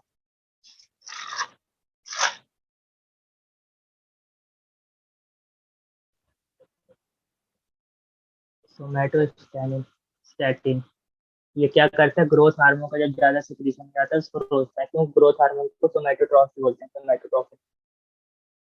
और एक याद कर लो, डोपामाइन। डोपामाइन किसके एक्शन को इनहिबिट करता है, प्रोलैक्टिन। जब प्रोलैक्टिन ज्यादा बन जाता है तो डोपामाइन इनहिबिटिंग हार्मोन निकलता है, जो कहाँ जाता है, इंटीरियर पिट्यूटरी में, डायग्राम से बिल्कुल बना हुआ है, इंटीरियर पिट्यूटरी में जाता है और इसके एक्शन को इनहिबिट करता है। ये क्या कर रहा है, इनहिबिट करता है, INHIBIT, इनहिबिट, ये भी इनहिबिट कर रहा है। बाकी तीन जो होते हैं, बाकी थ्री टाइप के जो होते हैं, ये इसमें चलता है feedback mechanism. Feedback mechanism, feedback mechanism क्या होता है, फीडबैक मैकेनिज्म बोलते हैं, ये सेल्फ इनहिबिटरी होते हैं। मतलब अगर खुद से ही अपना एक लिमिट बना के चलते हैं, तीन तरह के hormone, thyroid stimulating, adrenocorticoid, MSH, follicle stimulating, luteinizing hormone, ये मतलब तीन तरह के जो हार्मोन्स है यहाँ पे, ये अपना एक परसेंटेज लेके चलते हैं कि हमें इतना सिक्रीशन करना है, उतना सिक्रीशन हुआ उसके बाद इनहिबिट करने लगते हैं कुछ सिक्रीशन को, ये सेल्फ इनहिबिटरी होते हैं, इसलिए यहाँ पे फीडबैक मैकेनिज्म चालू होती है। बाकी जो ग्रोथ हार्मोन को जो रोकता है ज्यादा सिक्रीशन को, उसको सोमैटोस्टेनिन बोलते हैं, और एक्टिन की ज्यादा सिक्रीशन को रोकता है उसको डोपामाइन बोलते हैं। ये लिख लो। और ADH जो एंटी डाययूरेटिक हार्मोन था, और ऑक्सीटोसिन, वो सब बनता हाइपोथैलेमस में है, लेकिन रिलीज कहाँ होता है, पिट्यूटरी ग्लैंड में, इसलिए पिट्यूटरी ग्लैंड का हार्मोन उसको।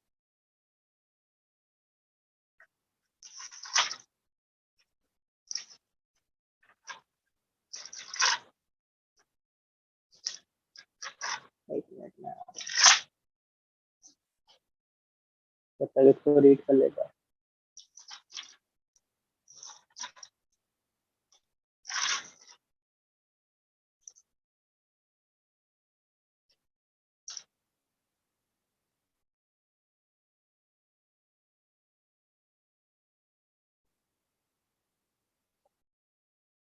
चलो, अब मैं रेस कर रहा हूँ, मैं रेस कर रहा हूँ इसको।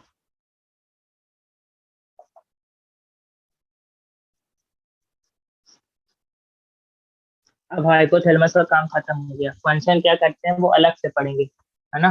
फंक्शन भी यहीं पढ़ लिया तो बहुत मैच हो जाएगा। अभी देखते हैं जितने भी ग्लैंड्स हैं उन सबका कौन कौन से हार्मोन रिलीज करती हैं, क्या उनका स्ट्रक्चर्स होता है, इतना याद कर लो। फीडबैक मैकेनिज्म हो गया, फिर एक पूरी क्लास में सब हार्मोन एक एक करके फंक्शन देख लेंगे, कैसे कैल्शियम साइकिल में कौन कौन सा हार्मोन रोल प्ले करते हैं, है ना, कहाँ पे कैल्शियम बढ़ाते हैं, कहाँ कैल्शियम कम करते हैं, ऐसे पढ़ते हैं ना, तो उससे हमें याद नहीं होता। तो अभी हर एक ग्लैंड के बारे में अपन उसकी हिस्टोलॉजी देखेंगे, क्या स्ट्रक्चर रहता है, और कौन से हार्मोन हर ग्लैंड रिलीज करती है, कहाँ से रिलीज करती है, पहले वो याद करेंगे। उसके बाद एक लाइन से ऊपर से लेके चालू करेंगे, पीनियल ग्लैंड से और नीचे टेस्टिस तक, ओवरिस तक, हर ग्लैंड का जो जो सिक्रीशन है, उसका जो फंक्शन है वो अलग से पढ़ेंगे, फंक्शन अलग से पढ़ेंगे। देखो, पिट्यूटरी ग्लैंड आओ, पिट्यूटरी ग्लैंड आओ। पिट्यूटरी ग्लैंड में क्या दो पार्ट में डिवाइड किया था, इस पार्ट में एक एंटीरियर पार्ट था, एंटीरियर पिट्यूटरी, और पोस्टेरियर पिट्यूटरी। दोनों में सबसे बड़ा क्वेश्चन पहला तो बनता है कि ये डायरेक्ट किससे कनेक्शन में होता है, ब्लड के कनेक्शन में होता है, हाइपोफाइजियल प्रोटोसिस्टम कनेक्शन में होता है, ये किससे कनेक्शन में होता है, नर्व कनेक्शन में होता है। तो पहला पॉइंट जिसका बनता है ये होता है एडिनोकॉर्टिकोट्रॉफ, एडिनोकॉर्टिकोट्रॉफ, ये होता है न्यूरो हाइपोफाइसिस, इसको बोलते हैं न्यूरो हाइपोफाइसिस, पहला पॉइंट। पोस्टीरियर पिट्यूटरी को न्यूरो हाइपोफाइसिस बोलते हैं, इसको एडिनो हाइपोफाइसिस बोलते हैं।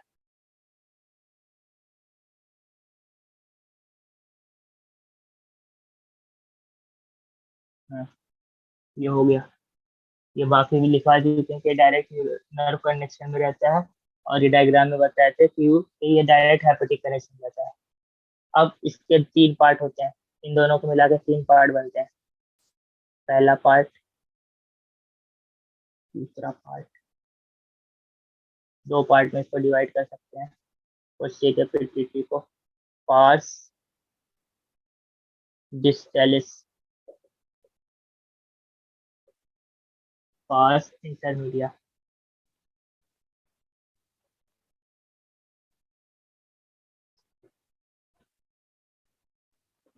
लास्ट में जो रहता है वो पोस्टीरियर पिट्यूटरी में प्रेजेंट रहता है, जिसको बोलते हैं पार्स नर्वोसा।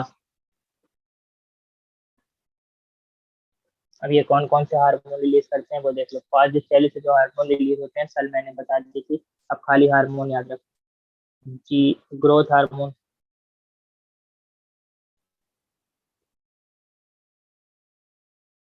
ग्रोथ हार्मोन को और क्या बोलते हैं? सोमैटोट्रोपिन।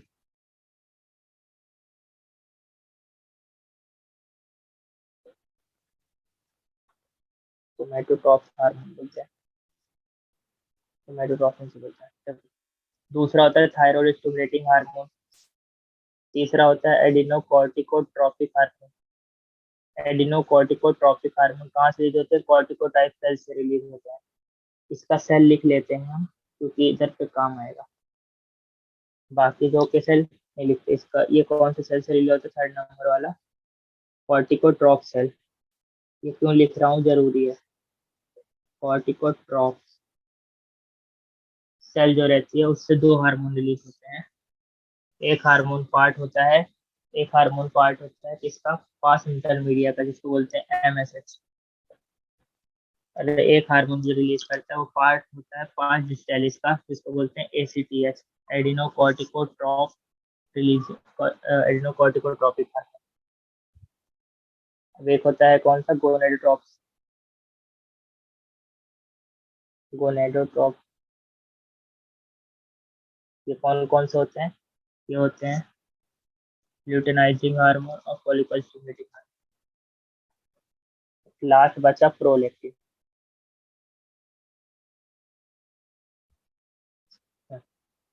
और पास नर्वोसा में कौन सा रिलीज होता है? पास नर्वोसा रिलीज होता है एंटी डायूरेटिक हार्मोन, जिसको वैसोप्रेसिन भी बोलते हैं।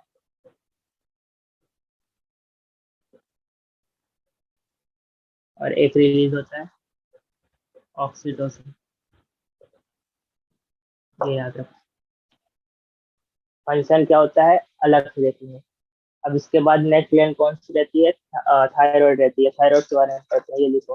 फंक्शन एक साथ देख लेंगे, फंक्शन को मैच नहीं करते हैं, नहीं तो फिर इसका में याद नहीं होता। अभी क्या काम है, खाली जो ग्लैंड्स की मेन बात है वो याद रखो, कौन कौन से पार्ट में डिवाइडेड है, कौन सा पार्ट कौन सा हार्मोन निकालता है वो याद रखो। फंक्शन एक क्लास में पूरा हो जाएगा। फंक्शन इसलिए साथ में नहीं पढ़ा रहा हूँ क्योंकि कैल्शियम साइकिल भी यहीं पे आ जाएगी ना, कौन कौन से हार्मोन रोल प्ले करते हैं। पैराथायराइड हार्मोन करता है, और अलग अलग हार्मोन कैल्शियम साइकिल में रोल प्ले करता है। ये लिख लो। फिर थायराइड चालू करते हैं। थायराइड का स्ट्रक्चर देख लेते हैं कैसा होता है।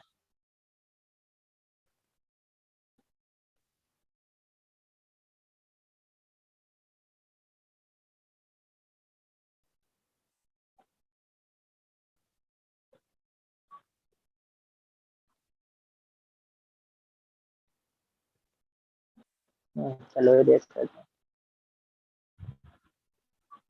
अब थर्ड नंबर पे कौन सा हार्मोन आ रहा है? ऊपर सीरीज से चल रहे हैं तो याद करने में दिक्कत नहीं जाएगी। पीनियल कौन सा सिक्रेट करता था? मेलेटोनिन। उसके बाद आया हाइपोथैलेमस, वो कौन कौन करता था देख लिए। उसके बाद आया नीचे पिट्यूटरी ग्लैंड। फिर इन तीन ग्लैंड के बाद कौन सी ग्लैंड आती है यहाँ पे?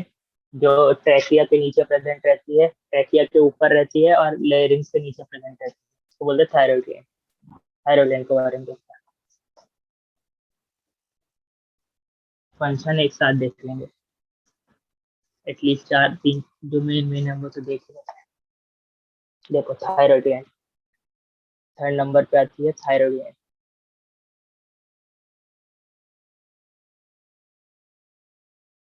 थायराइड ग्लैंड का कैसा स्ट्रक्चर होता है? ऊपर देखो ऐसे लेयरिंग्स है, ये वाला पार्ट, ये वाला पार्ट जो यहाँ पे डिसेंड होता है, और यहाँ पे प्रेजेंट रहता है ट्रैकिया। ट्रैकिया पाइप जाता है ना यहाँ पे, ऐसा।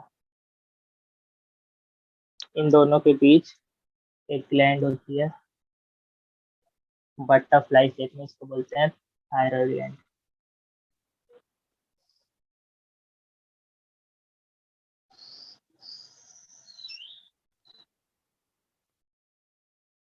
मेरा डायग्राम अच्छा नहीं है, कौन चला लो।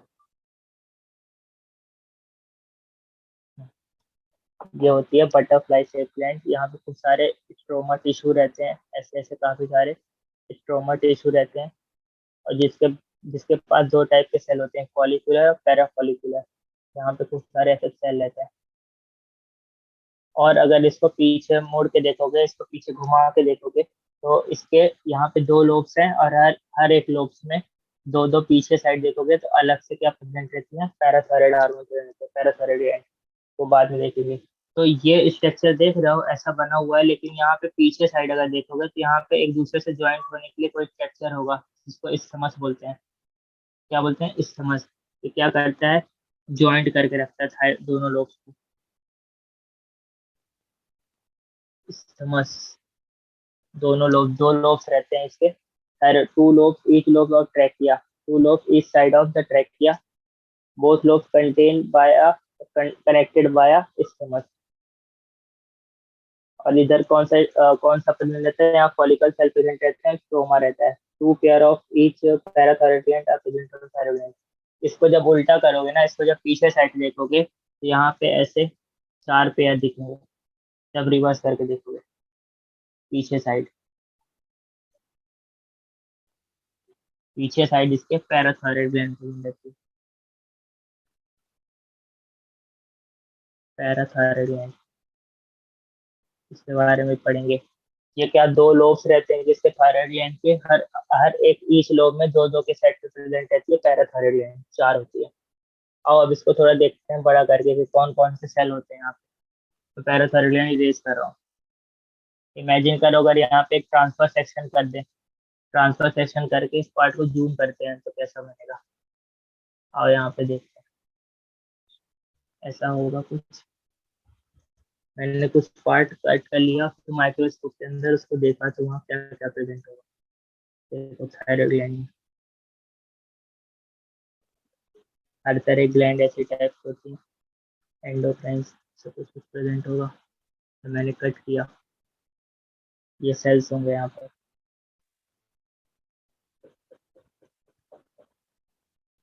ये होते हैं फॉलिकुलर सेल, यहाँ पे प्रेजेंट होगा।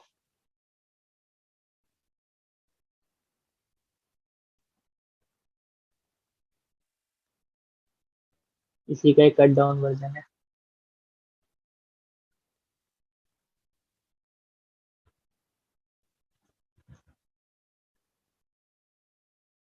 ये सब क्या है? Follicular cell. इन सब के बीच में यहाँ पे प्रेजेंट होगा, क्या क्या प्रेजेंट होगा इमेजिन करो। अब ब्लड वेसल्स तो सब जगह रहती हैं, तो ऐसे कर करके ब्लड वेसल्स भी होंगे बीच में, क्योंकि मैंने ऐसे लंबा लंबा काटा ट्रांसफर सेक्शन, मेरे को यहाँ पे ब्लड वेसल्स भी दिखेंगे। और बीच का पार्ट फिल्ड होगा किससे? स्ट्रोमा से। ऐसा ऐसा यहाँ पे प्रेजेंट होगा पूरा पार्ट, इसको बोलते हैं स्ट्रोमा। और कुछ सेल ऐसे होंगे, कुछ सेल ऐसे होंगे, यहाँ पे ऐसा बना, यहाँ पे मैच्योर होती है T3 T4 अंदर साइड। इसको बोलते हैं, जो ये वाली सेल्स हैं, ये वाली सेल्स हैं, इसको बोलते हैं फॉलिकुलर सेल्स। Follicular sales. और इन्हीं के सरफेस में प्रेजेंट रहती हैं ऐसे पैराफॉलिकुलर सेल, ऐसे फॉलिकुलर सेल्स के सरफेस में ऐसे present, ऐसा। तो ट्रैकिया के अंदर, थायराइड ग्लैंड के अंदर इतने पार्ट रहते हैं, इसको बोलते हैं, मैं इस्तेमाल इरेज कर रहा हूँ, parathyroid, parafollicus, parafollicular cell, parafollicular cells. अभी अलग अलग टाइप के हार्मोन्स निकालते हैं, उसके बारे में देखते हैं। तो तीन पार्ट ध्यान रखना है, ये क्या बीच का जो एरिया है इसको स्ट्रोमा बोलते हैं। स्ट्रोमा किससे? फ्लूइड से भरा हुआ रहता है। इन दोनों में हार्मोन प्रेजेंट रहते हैं। तो ये कौन से हार्मोन निकालते हैं ये देखते हैं। ये अंदर की तरफ, मैं यहाँ लिख देता हूँ, अंदर की तरफ रिलीज करते हैं T3 T4, T3 T4 यहाँ पे भरा हुआ रहता है। क्या होता है देखते हैं। यहाँ क्या रहते हैं T3 T4,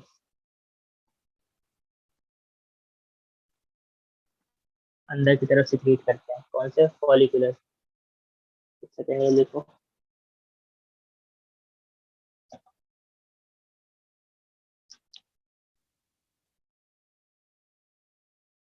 T4 ही एक्चुअली में होता है, इसको थायरॉक्सिन बोलते हैं, आइडोथायरॉक्सिन बोलते हैं। टेट्रा चार यूनिट से बना हुआ होता है, इसको टेट्रा आइडोथायरॉक्सिन बोलते हैं। थायरोनिन। T3 का मतलब होता है ट्राई आइडोथायरोनिन और T4 का मतलब होता है टेट्रा आइडोथायरोनिन। जो टेट्रा आइडोथायरोनिन होता है उसी को थायरॉक्सिन बोलते हैं। थायरॉक्सिन ही है टेट्रा आइडोथायरोनिन।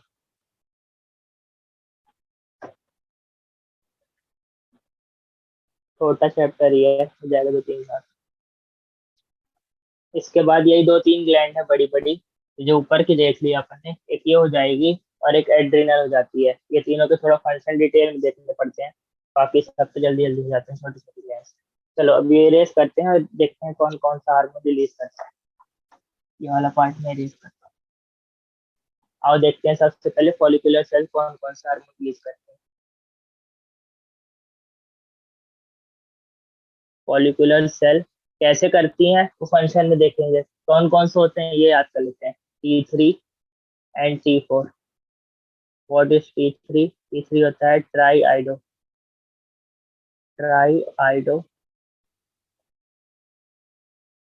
थायोनिन।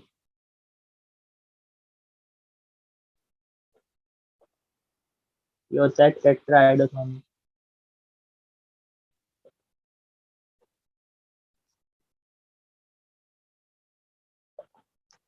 T4 भी जब मेच्योर हो जाता है तो उसको बोलते हैं आइडोथायोनिन, आइडोथायरॉक्सिन,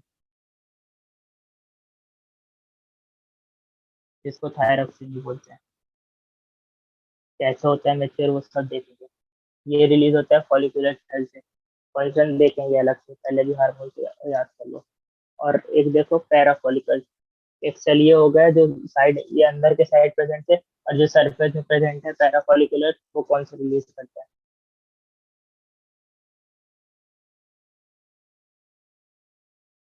पहला पैरा फॉलिकुलर सेल, ये रिलीज करता है TCT। क्या? TCT, thyrocalcitonin.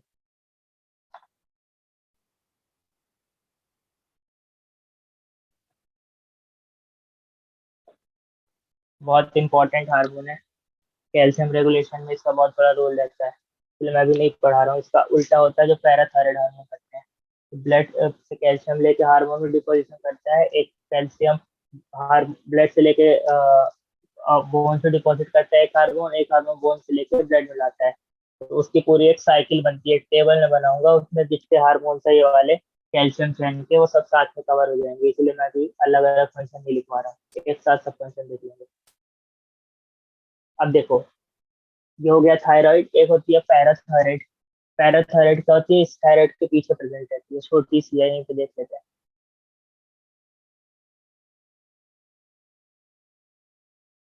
पैराथायराइड क्या करती है ये देख लो।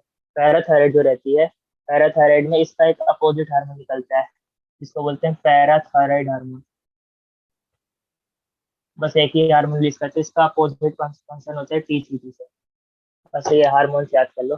प्रेजेंट कहाँ रहती है? Back side of, ventral side में प्रेजेंट रहती है, डोर्सल साइड में, किसके? थायराइड ग्लैंड के। पीनियल ग्लैंड मैंने पढ़ा दिया, ये हो गई। थाइमस देख लेते हैं, थाइमस में क्या क्या रहता है। ये एड्रिनल देख लेंगे, फिर उसके बाद सबके फंक्शन लाइन से पढ़ लेंगे।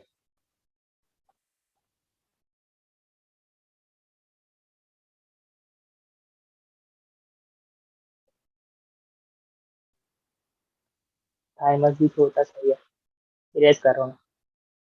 छोटे छोटे बच्चे हैं, बस जो एड्रिनल ग्लैंड है उसका थोड़ा देखना पड़ेगा, बाकी सब छोटे छोटे हैं, सबके हार्मोन याद कर लेते हैं। थाइमस जब हार्मोन रिलीज करते हैं उसको थाइमोसिन बोलते हैं। थाइमोसिन का क्या काम रहता है? थाइमस ग्लैंड जो रहती है किधर प्रेजेंट रहती है? थाइमस ग्लैंड प्रेजेंट रहती है जो अपनी ये बोन रहती है, इसको स्टर्नम बोलते हैं। हार्ट का अरोटा हो गया, एनसीईआरटी में लिखा हुआ कि दोनों के बीच में प्रेजेंट रहती है, स्टर्नम के अंदर और अरोटा के सामने। Thymus gland. कौन सी 4th नंबर पे? थाइमस। रिलीज क्या करता है? थाइमोसिन।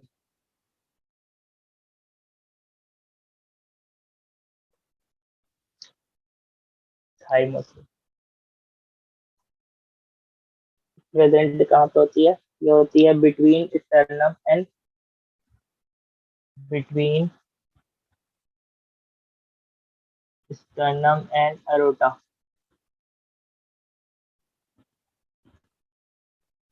यहाँ पे लंग्स के पीछे, मतलब यहाँ लंग्स हो गया, इसके ये स्टर्नम हो गया, स्टर्नम बोन, उसके पीछे लंग्स, से अरोटा हो जाता है हार्ट का, तो उसके बीच में प्रेजेंट रहती है।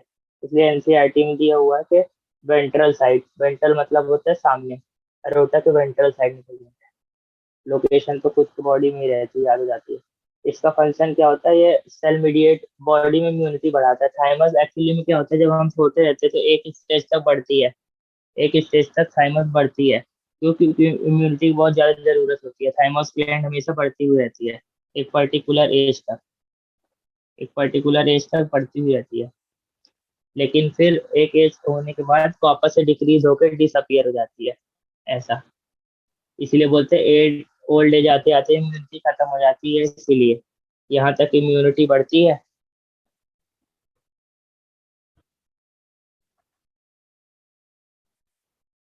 क्यों बढ़ती है? क्योंकि ये सेल मीडिएट इम्यूनिटी बढ़ाता है, फंक्शन नहीं पढ़ेंगे।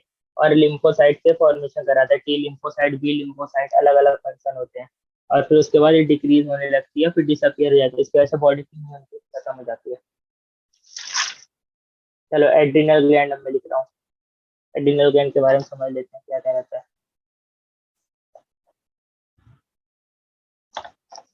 सब ग्लैंड अभी देख लेते हैं, नेक्स्ट क्लास में फंक्शन हो जाएगा।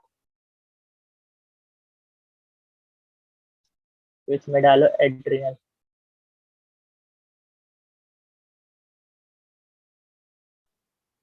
एड्रिनल ग्लैंड कैसे रहती है? किडनी के ऊपर रहती है, ऐसा किडनी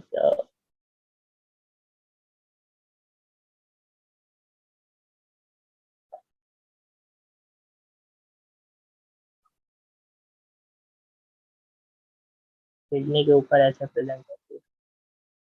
दो किडनी है तो ऑब्वियस है कि पेयर में होगी, एक किडनी के ऊपर एक ही रह सकती है। blue वाला mark है। इसके दो पार्ट रहते हैं, एक बीच वाला पार्ट रहता है जिसको मेडुला बोलते हैं, इनर पार्ट, ऐसा मेडुला का रहता है। और एक बाहर का पार्ट होता है, इसको कॉर्टेक्स बोलते हैं। इसकी लेयर्स होती हैं, अभी कट करके देखते हैं। अंदर वाला पार्ट कौन सा है एड्रिनल ग्लैंड का? ये है किडनी, और ये है एड्रिनल ग्लैंड।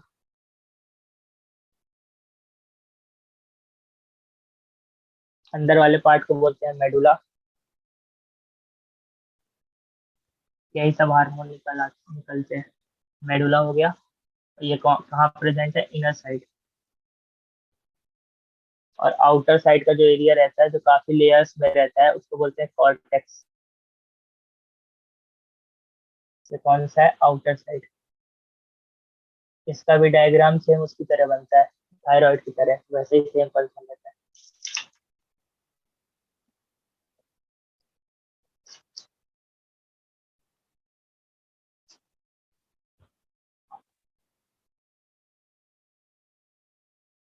चलो, और अब इसको क्या करते हैं, इसको बड़ा करके देखते हैं कि इसमें लेयर कौन कौन सी प्रेजेंट रहती है। इस वाले पार्ट को ट्रांसफर कट करते हैं और देखते हैं इसमें लेयर कौन कौन सी प्रेजेंट है।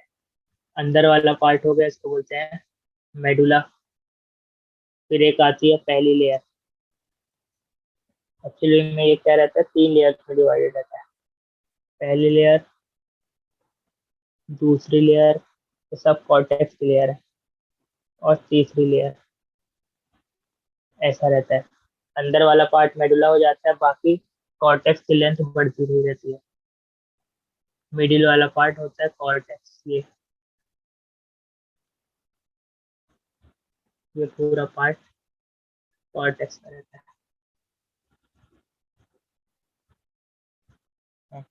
अब इसमें क्योंकि 3 लेयर दिख रही हैं, तो 3 जोन भी डिवाइडेड हो जाते हैं। कॉर्टेक्स कहाँ से कहाँ तक है?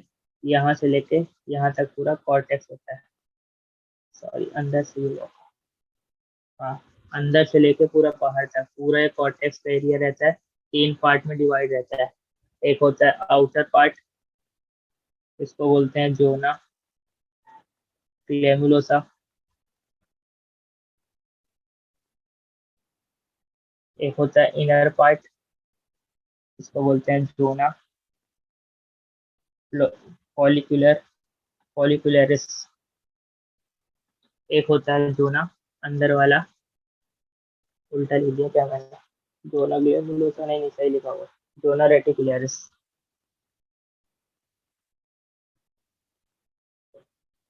ये होते हैं एनसीईआरटी में दिए हुए हैं। ये 3 पार्ट होते हैं। अब ये तीनों पार्ट अलग अलग हार्मोन रिलीज करते हैं।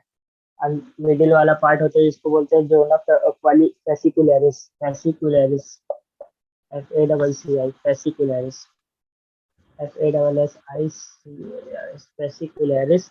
ऐसे याद कर लो GFR करके, GFR, GFR करके याद कर लो। सबसे आउटर वाली लेयर जोना ग्लैमुलोसा, बीच वाली कौन सी, फेसिकुलरिस, अंदर वाली कौन सी, रेटिकुलरिस।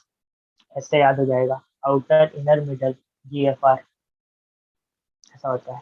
कौन सा पार्ट है इसका, ट्रांसफर सेशन पार्ट है, ऐसे लंबा लंबा काट है। तो यहाँ पे दिख रहा है जो मेडुला है बीच वाला पार्ट, ये कौन सा पार्ट है, ये मेडुला है, ये है मेडुला।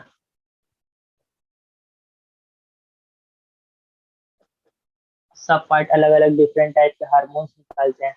कौन सा हार्मोन कैसे निकालता है ये देख लो, यहाँ पे लिख लो इमरजेंसी हार्मोन, अलग से भी लिखेंगे। जितने बॉडी में इमरजेंसी हार्मोन्स की जरूरत होती है तो मेडुला सिक्रीट होता है। बाकी सब हार्मोन्स अलग अलग सिक्रीशन करते हैं। कॉर्टिसोल जो रहता है, पूछे जो ना फेसिकुलरिस करता है। कॉर्टिसोल कहाँ से रिलीज होता है, जोना फेसिकुलरिस से। और जोना रेटिकुलरिस जो रहता है वो सेक्स हार्मोन रिलीज करता है। और जोना ग्लैमुलोसा जो सबसे बाहर वाला रहता है वो मिंडेलोकॉर्टिकॉइड रिलीज करता है। मैं उस समय नहीं बताया था पर देख लो, GFR में जो जी रहता है वो मिंडेलोकॉर्टिकॉइड और ग्लूकोकॉर्टिकॉइड रिलीज करता है। क्या करते हैं, मिंडेलोकॉर्टिकॉइड। इसको इरेज करता हूँ मैं, इसको इरेज करता हूँ, यहाँ पे लिख देते हैं कौन कौन से हार्मोन रिलीज करता है जो जरूरी पार्ट है। ये मेडुला बने रहने देता हूँ। मेडुला इमरजेंसी हार्मोन कौन कौन से होते हैं, एड्रीनलिन और नॉर एड्रीनलिन, जिसको बोलते हैं, एक नाम ही लिखता हूँ मैं, चलो एड्रीनलिन लिख देते हैं, इसको एपिनॉर्फिन भी बोलते हैं। Adrenaline and nor adrenaline.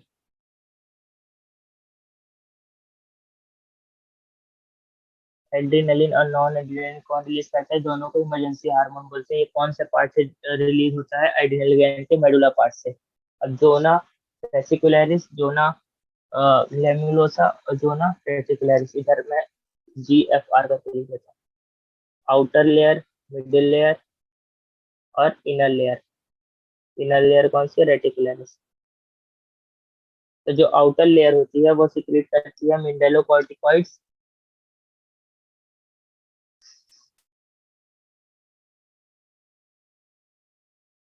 जो बीच वाली लेयर होती है वो सिक्रीट करती है, वो कौन सा हार्मोन बनाती है, वो ग्लूकोकॉर्टिकॉइड। उस समय मैं बता रहा था ग्लूकोकॉर्टिकॉइड को कॉर्टिसोल बोलते हैं। फंक्शन क्या होता है देख लो। और रेटिकुलर जो रहती है सेक्स हार्मोन।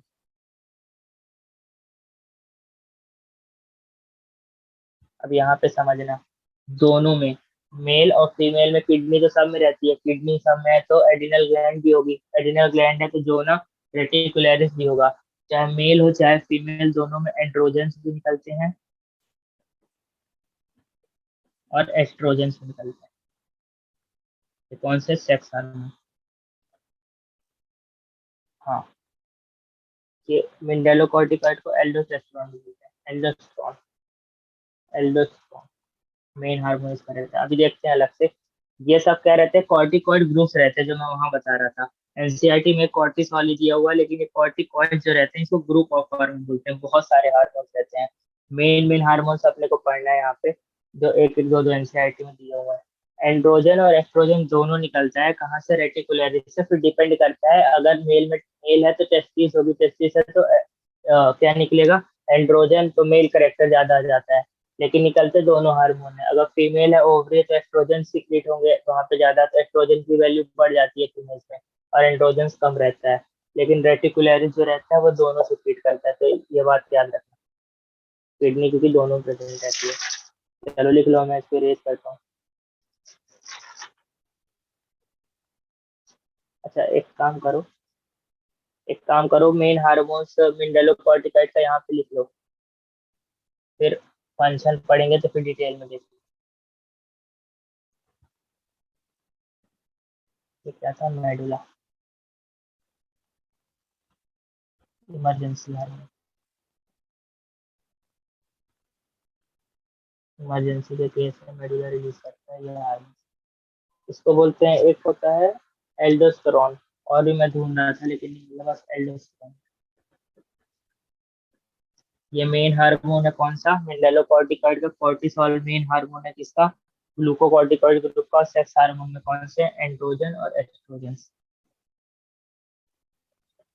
देख लो, फिर नेक्स्ट चालू करते हैं। फंक्शन मैं बता रहा हूँ, एक साथ पढ़ेंगे, एक क्लास में हो जाएंगे फंक्शन।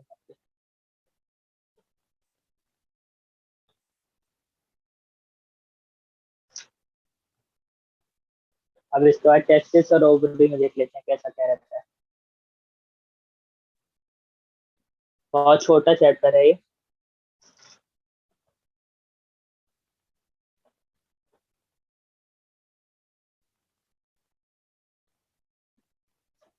मैं सेंड कर दूंगा अपना नंबर, कौन है, अशरफ भाई, कर देंगे सेंड। चलो मैं इसको रेज करता हूँ, और टेस्टिस के बारे में देखते हैं, टेस्टिस में क्या क्या होता है, और ओवरी में कौन कौन से पार्ट होते हैं, कौन से हार्मोन रिलीज होते हैं।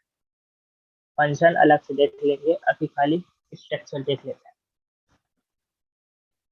ये सब हार्मोन्स और उनसे कहाँ से सिक्रीट हो रहे हैं, ये याद कर लेना। देखो, जो जितनी भी होती हैं ग्लैंड्स रहती हैं, ऐसे पेंक्रियास भी एक ग्लैंड है। जैसे ये सब ग्लैंड्स है ना, कौन कौन सी अब हमने देख लिया, और यहाँ पे नोट कर लेते हैं एक बार। पीनियल से चालू की थी सबसे ऊपर, पीनियल ग्लैंड हो गई थी। उसके बाद क्या थी, हाइपोथैलेमस।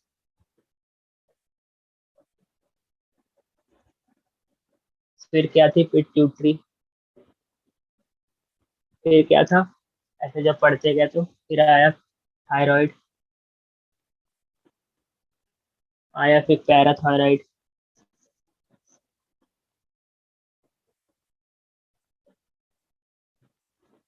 उसके बाद क्या आया, पैराथायराइड के बाद आया थाइमस, फिर एड्रिनल ग्लैंड। अभी देख रहे हैं टेस्टिस, फिर देखेंगे ओवरी। उसके अलावा जो पेंक्रियास और लीव, पेंक्रियास जो होता है ये भी इसी के कैटेगरी में आता है, क्योंकि वो पूरा एक सिक्रीशन करता है। बाकी इसके अलावा जो पार्ट दिए हुए हैं, हार्ट हो गया, लीवर हो गया, किडनी हो गई, वो भी तो सिक्रीट करते हैं ना। ये तो पूरी पूरी ग्लैंड्स होती हैं, ये क्या होती हैं, ग्लैंड्स। लेकिन हार्ट, किडनी, ये भी हार्मोन्स निकालती हैं। किडनी में रास साइकिल होती है ना, रास को पढ़ेंगे क्या होती है। और हार्ट में ANF करके एक हार्मोन निकलता है। और क्या हो गया, लीवर, इन सब से भी कुछ कुछ हार्मोन निकलते हैं, लेकिन यहाँ पे टिश्यू सिक्रीट करते हैं हार्मोन। क्या करते हैं, सम टिश्यू सिक्रीट हार्मोन्स। यहाँ ग्लैंड से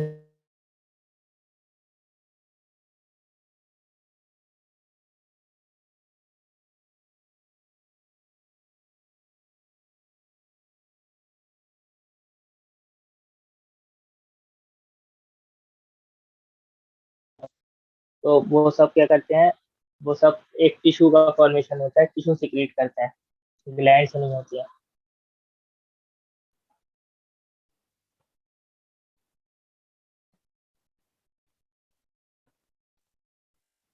स्क्रीन फंस रही है, रुको मैं एक मिनट देख लेता हूँ, तब तक इसको देखो क्या क्या पड़ा तुम लोगों ने, डिवाइस करो।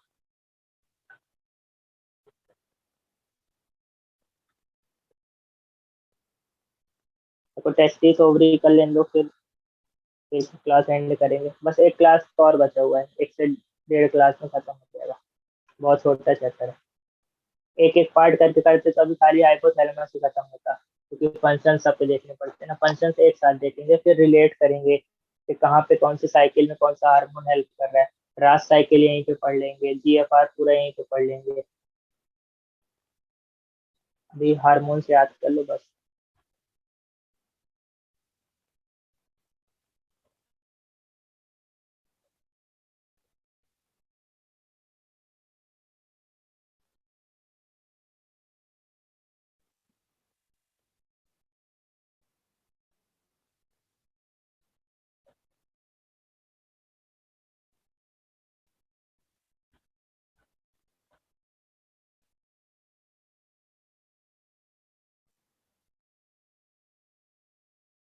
चलो, अब मैं यहाँ पे इरेज कर रहा हूँ, टेस्टिस लिखता है।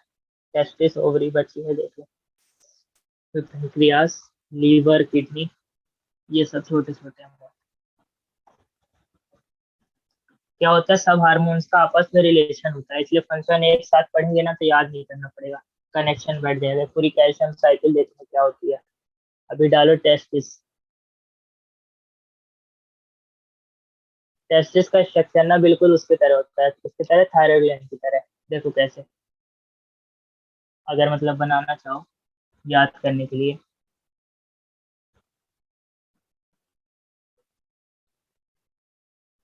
ऐसा ट्रांसफर सेक्शन में बनाया चला है, और लेंथ में बड़ा। फिर इसके बारे में डिटेल तो कहाँ पढ़ेंगे, वहाँ रिप्रोडक्शन में पढ़ेंगे।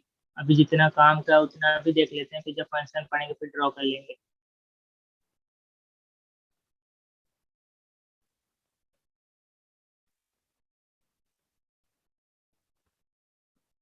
यहाँ पे प्रेजेंट होते हैं स्पर्मेटोगोनिया। ये क्या मैं बना रहा हूँ, सेमिनिफेरस ट्यूब्यूल्स, पढ़ा होगा तुम लोगों ने। सर हाँ। सर रिप्रोडक्शन तो हो गया। हाँ, रिप्रोडक्शन हो गया ना, तो ठीक है, रिवाइज कर लेना फिर। हाँ तो कोई रिप्रोडक्शन रिवीजन। हो गया। हाँ ठीक है ना। अच्छा है। ये मैं क्या बना रहा हूँ, सेमिनिफेरस ट्यूब्यूल्स। सेमिनिफेरस ट्यूब्यूल्स के अंदर क्या प्रेजेंट रहता है, स्पर्मेटोगोनिया। और अंदर क्या होता है, स्पर्मेटोजेनेसिस।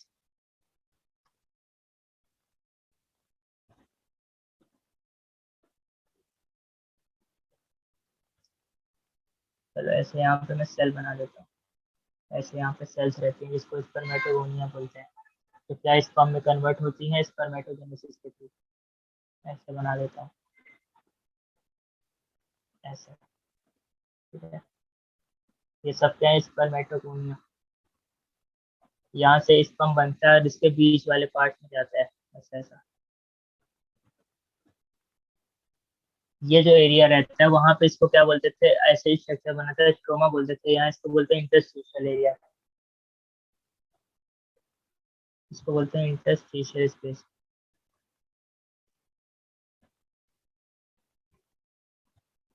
यहाँ पे कौन सी सेल प्रेजेंट रहती है, बताओ कोई। यहाँ पे कौन सी सेल प्रेजेंट रहती है, लेडिक सेल।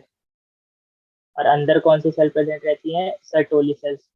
तो सर्टोली सेल कैसी होती है दिखने में, क्या होती है सर्टोली सेल। सर्टोली सेल का काम क्या होता है, जो बन रहे हैं स्पर्म उनको एनर्जी प्रोवाइड करना। ऐसे कुछ होती है सर्टोली सेल। और एक बना देते हैं, ऐसे कुछ होती है सर्टोली सेल। इमेच्योर स्पर्म इसमें घुसा हुआ रहता है, उससे एनर्जी लेते हैं, फिर स्पर्म रिलीज होता है। ऐसे सेम स्ट्रक्चर यहाँ पे भी होगा। मैं बना नहीं रहा हूँ, सेल है पूरा, तो सेम स्ट्रक्चर यहाँ पे भी होगा। बस याद करने वाली बात क्या है, जैसे इसके सर वहां पे सरफेस में प्रेजेंट है ना, ऐसे यहाँ पे भी ऐसा है। ऐसा स्ट्रक्चर प्रेजेंट होगा। ऐसा जैसा थाइमस में कौन सा था, पैराफोलिकुलर सेल प्रेजेंट है, ऐसे इसको यहाँ पे प्रेजेंट रहेगा। इसको बोलते हैं लेडिक सेल। LEYDIG। इसको इंटरस्टिशियल सेल भी बोलते हैं, क्योंकि इंटरस्टिशियल एरिया में प्रेजेंट रहता है। Interstitial cell. और एक कौन सी सेल रहती है, ये सर्टोली सेल।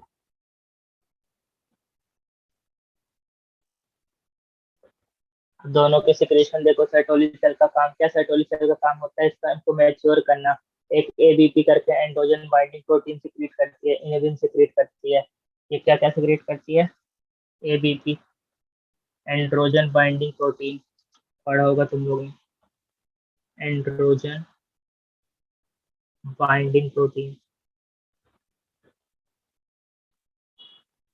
एक सिक्रेट करती है इनहिबिन। इनहिबिन क्या करता है? जब ज्यादा सिक्रीशन हो जाता है तो उसको कंट्रोल करने के लिए इनहिबिन हो जाता है। फंक्शन फिर देखेंगे, अभी बस याद कर लो। और तीसरे नंबर पे क्या सिक्रेट करता है? इसका जो मेन रहता है, स्पर्म को मैच्योर करना, स्पर्म को न्यूट्रिशन प्रोवाइड करना, यानी सेटिंग के बाद स्पर्म मैच्योर फैक्टर।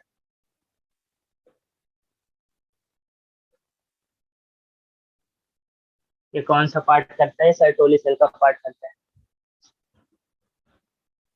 और जो लेडिक सेल रहती है, जो लेडिक सेल रहती है वो टेस्टोस्टेरोन निकलती है, टाइप ऑफ एंड्रोजन। उससे क्या होता है? स्पर्मेटोजेनेसिस इनिशिएट होता है। उससे क्या होता है? स्पर्मेटोजेनेसिस, ये क्या निकालती है? टेस्टोस्टेरोन। ये क्या होता है? Type of androgen. ये क्या करता है? इनिशिएट करता है,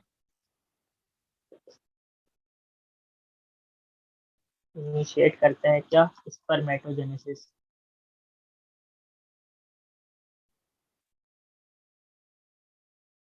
अब कैसे करता है, कौन सा हार्मोन, तुम लोगों ने पढ़ा होगा, फिर भी जब टेक्स्ट डिटेल में पढ़ेंगे। हार्मोन के फंक्शन, एफएसएच, गोनाडोट्रोप्स क्या करते हैं, कहाँ का सिक्रीशन बढ़ाते हैं, कहाँ का कम होता है, फंक्शन में अलग से देखेंगे। अभी फिलहाल पार्ट क्लियर होना चाहिए। सर्टोरी सेल कौन कौन से हार्मोन रिलीज करता है? एबीपी, और स्पर्म को मैच्योर करता है, ये उसका फैक्टर हो गया। और लेडीज से जो रहता है टेस्टोस्टेरोन निकालता है, जो टाइप ऑफ एंड्रोजन होता है। ये देख लो, ये इसका पार्ट याद रखना। इंटरस्टिशियल पार्ट हो गया। ये वाली सेल्स कौन सी हो गई? ये वाली सेल्स है लेडिक सेल। ये कहाँ प्रेजेंट रहती हैं? और सरफेस में प्रेजेंट रहती हैं किसके? ये सेमिनिफेरस ट्यूब्यूल है। क्या है? Seminiferous tubules. ये मार्क कर लो। इसके बाद ओवरी देख लेते हैं। बस इसके बाद लगभग खत्म ही है, बस फंक्शन बचा हुआ है। 3 घंटे का और लेक्चर लेगा तो खत्म कर दिए फंक्शन को, 3 से 4 घंटे का, 2 लेक्चर में हो जाएगा। लिख लो ये। फिर इसके बाद ओवरी देखते हैं। ओवरी क्या रिलीज करेगी? एस्ट्रोजन रिलीज करेगी। स्पर्मेटोजेनेसिस और oogenesis में सबसे बड़ा क्या फर्क होता है? तुम लोगों ने पढ़ा होगा, स्पर्मेटोजेनेसिस प्यूबर्टी से चालू होता है और हमेशा के लिए लास्ट करता है मेल्स में। लेकिन oogenesis जो रहती है वो बर्थ से पहले ही हो जाती है। जब यूट्रस में बाकी प्रोसेस होती रहती है, जाइगोट बनता रहता है, तो oogenesis वहां पे हो जाती है, एग का क्रिएशन हो जाता है। फिर थ्रू आउट द लाइफ, मतलब 50 फीमेल से 50 तक एज में, फिर वो सेल धीरे धीरे एग डिस्ट्रॉयड होते रहते हैं, कई सारे एग्स एक साथ बन जाते हैं। और स्पर्मेटोजेनेसिस वो एक प्यूब्यूटी, एक पर्टिकुलर एज के बाद चालू होती है, प्यूब्यूटी आने के बाद। ये दोनों फर्क याद रखना, इधर पढ़ा होगा तुम लोगों ने। इसको मैं रेज कर रहा हूँ। अब देखते हैं ओवरी के क्या स्ट्रक्चर है और कौन सा पार्ट ओवरी में हार्मोन एस्ट्रोजन निकालते हैं। ओवरी में होती है oogenesis, लास्ट पार्ट है बस। फिर इसके बाद नेक्स्ट क्लास में, नेक्स्ट क्लास में क्या बचा हुआ देखेंगे और फंक्शन हो जाएगा आधा। ओवरी देख लो।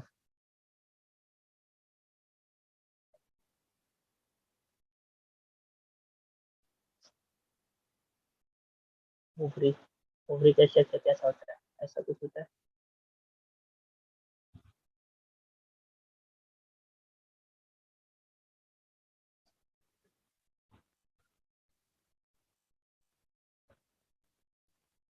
oogenesis फर्स्ट से पहले ही हो जाती है। खूब सारे यहाँ पे ऐसे ऐसे सेल्स प्रेजेंट रहते हैं, खूब सारे सेल्स प्रेजेंट रहते हैं। डिटेल में पढ़ा होगा तुम लोग। इसके अंदर एक्स रहता है, तो क्या करते हैं? मेच्योर होता जाता है। पहले थोड़ा छोटा रहता है, थोड़ा बड़ा होता है, ऐसे कर करके क्या होता है? मेच्योर होता जाता है। टर्सरी तक जब पहुंचता है। क्लास ओवर कर दीजिए, केमिस्ट्री की क्लास है। केमिस्ट्री क्लास है, ठीक है।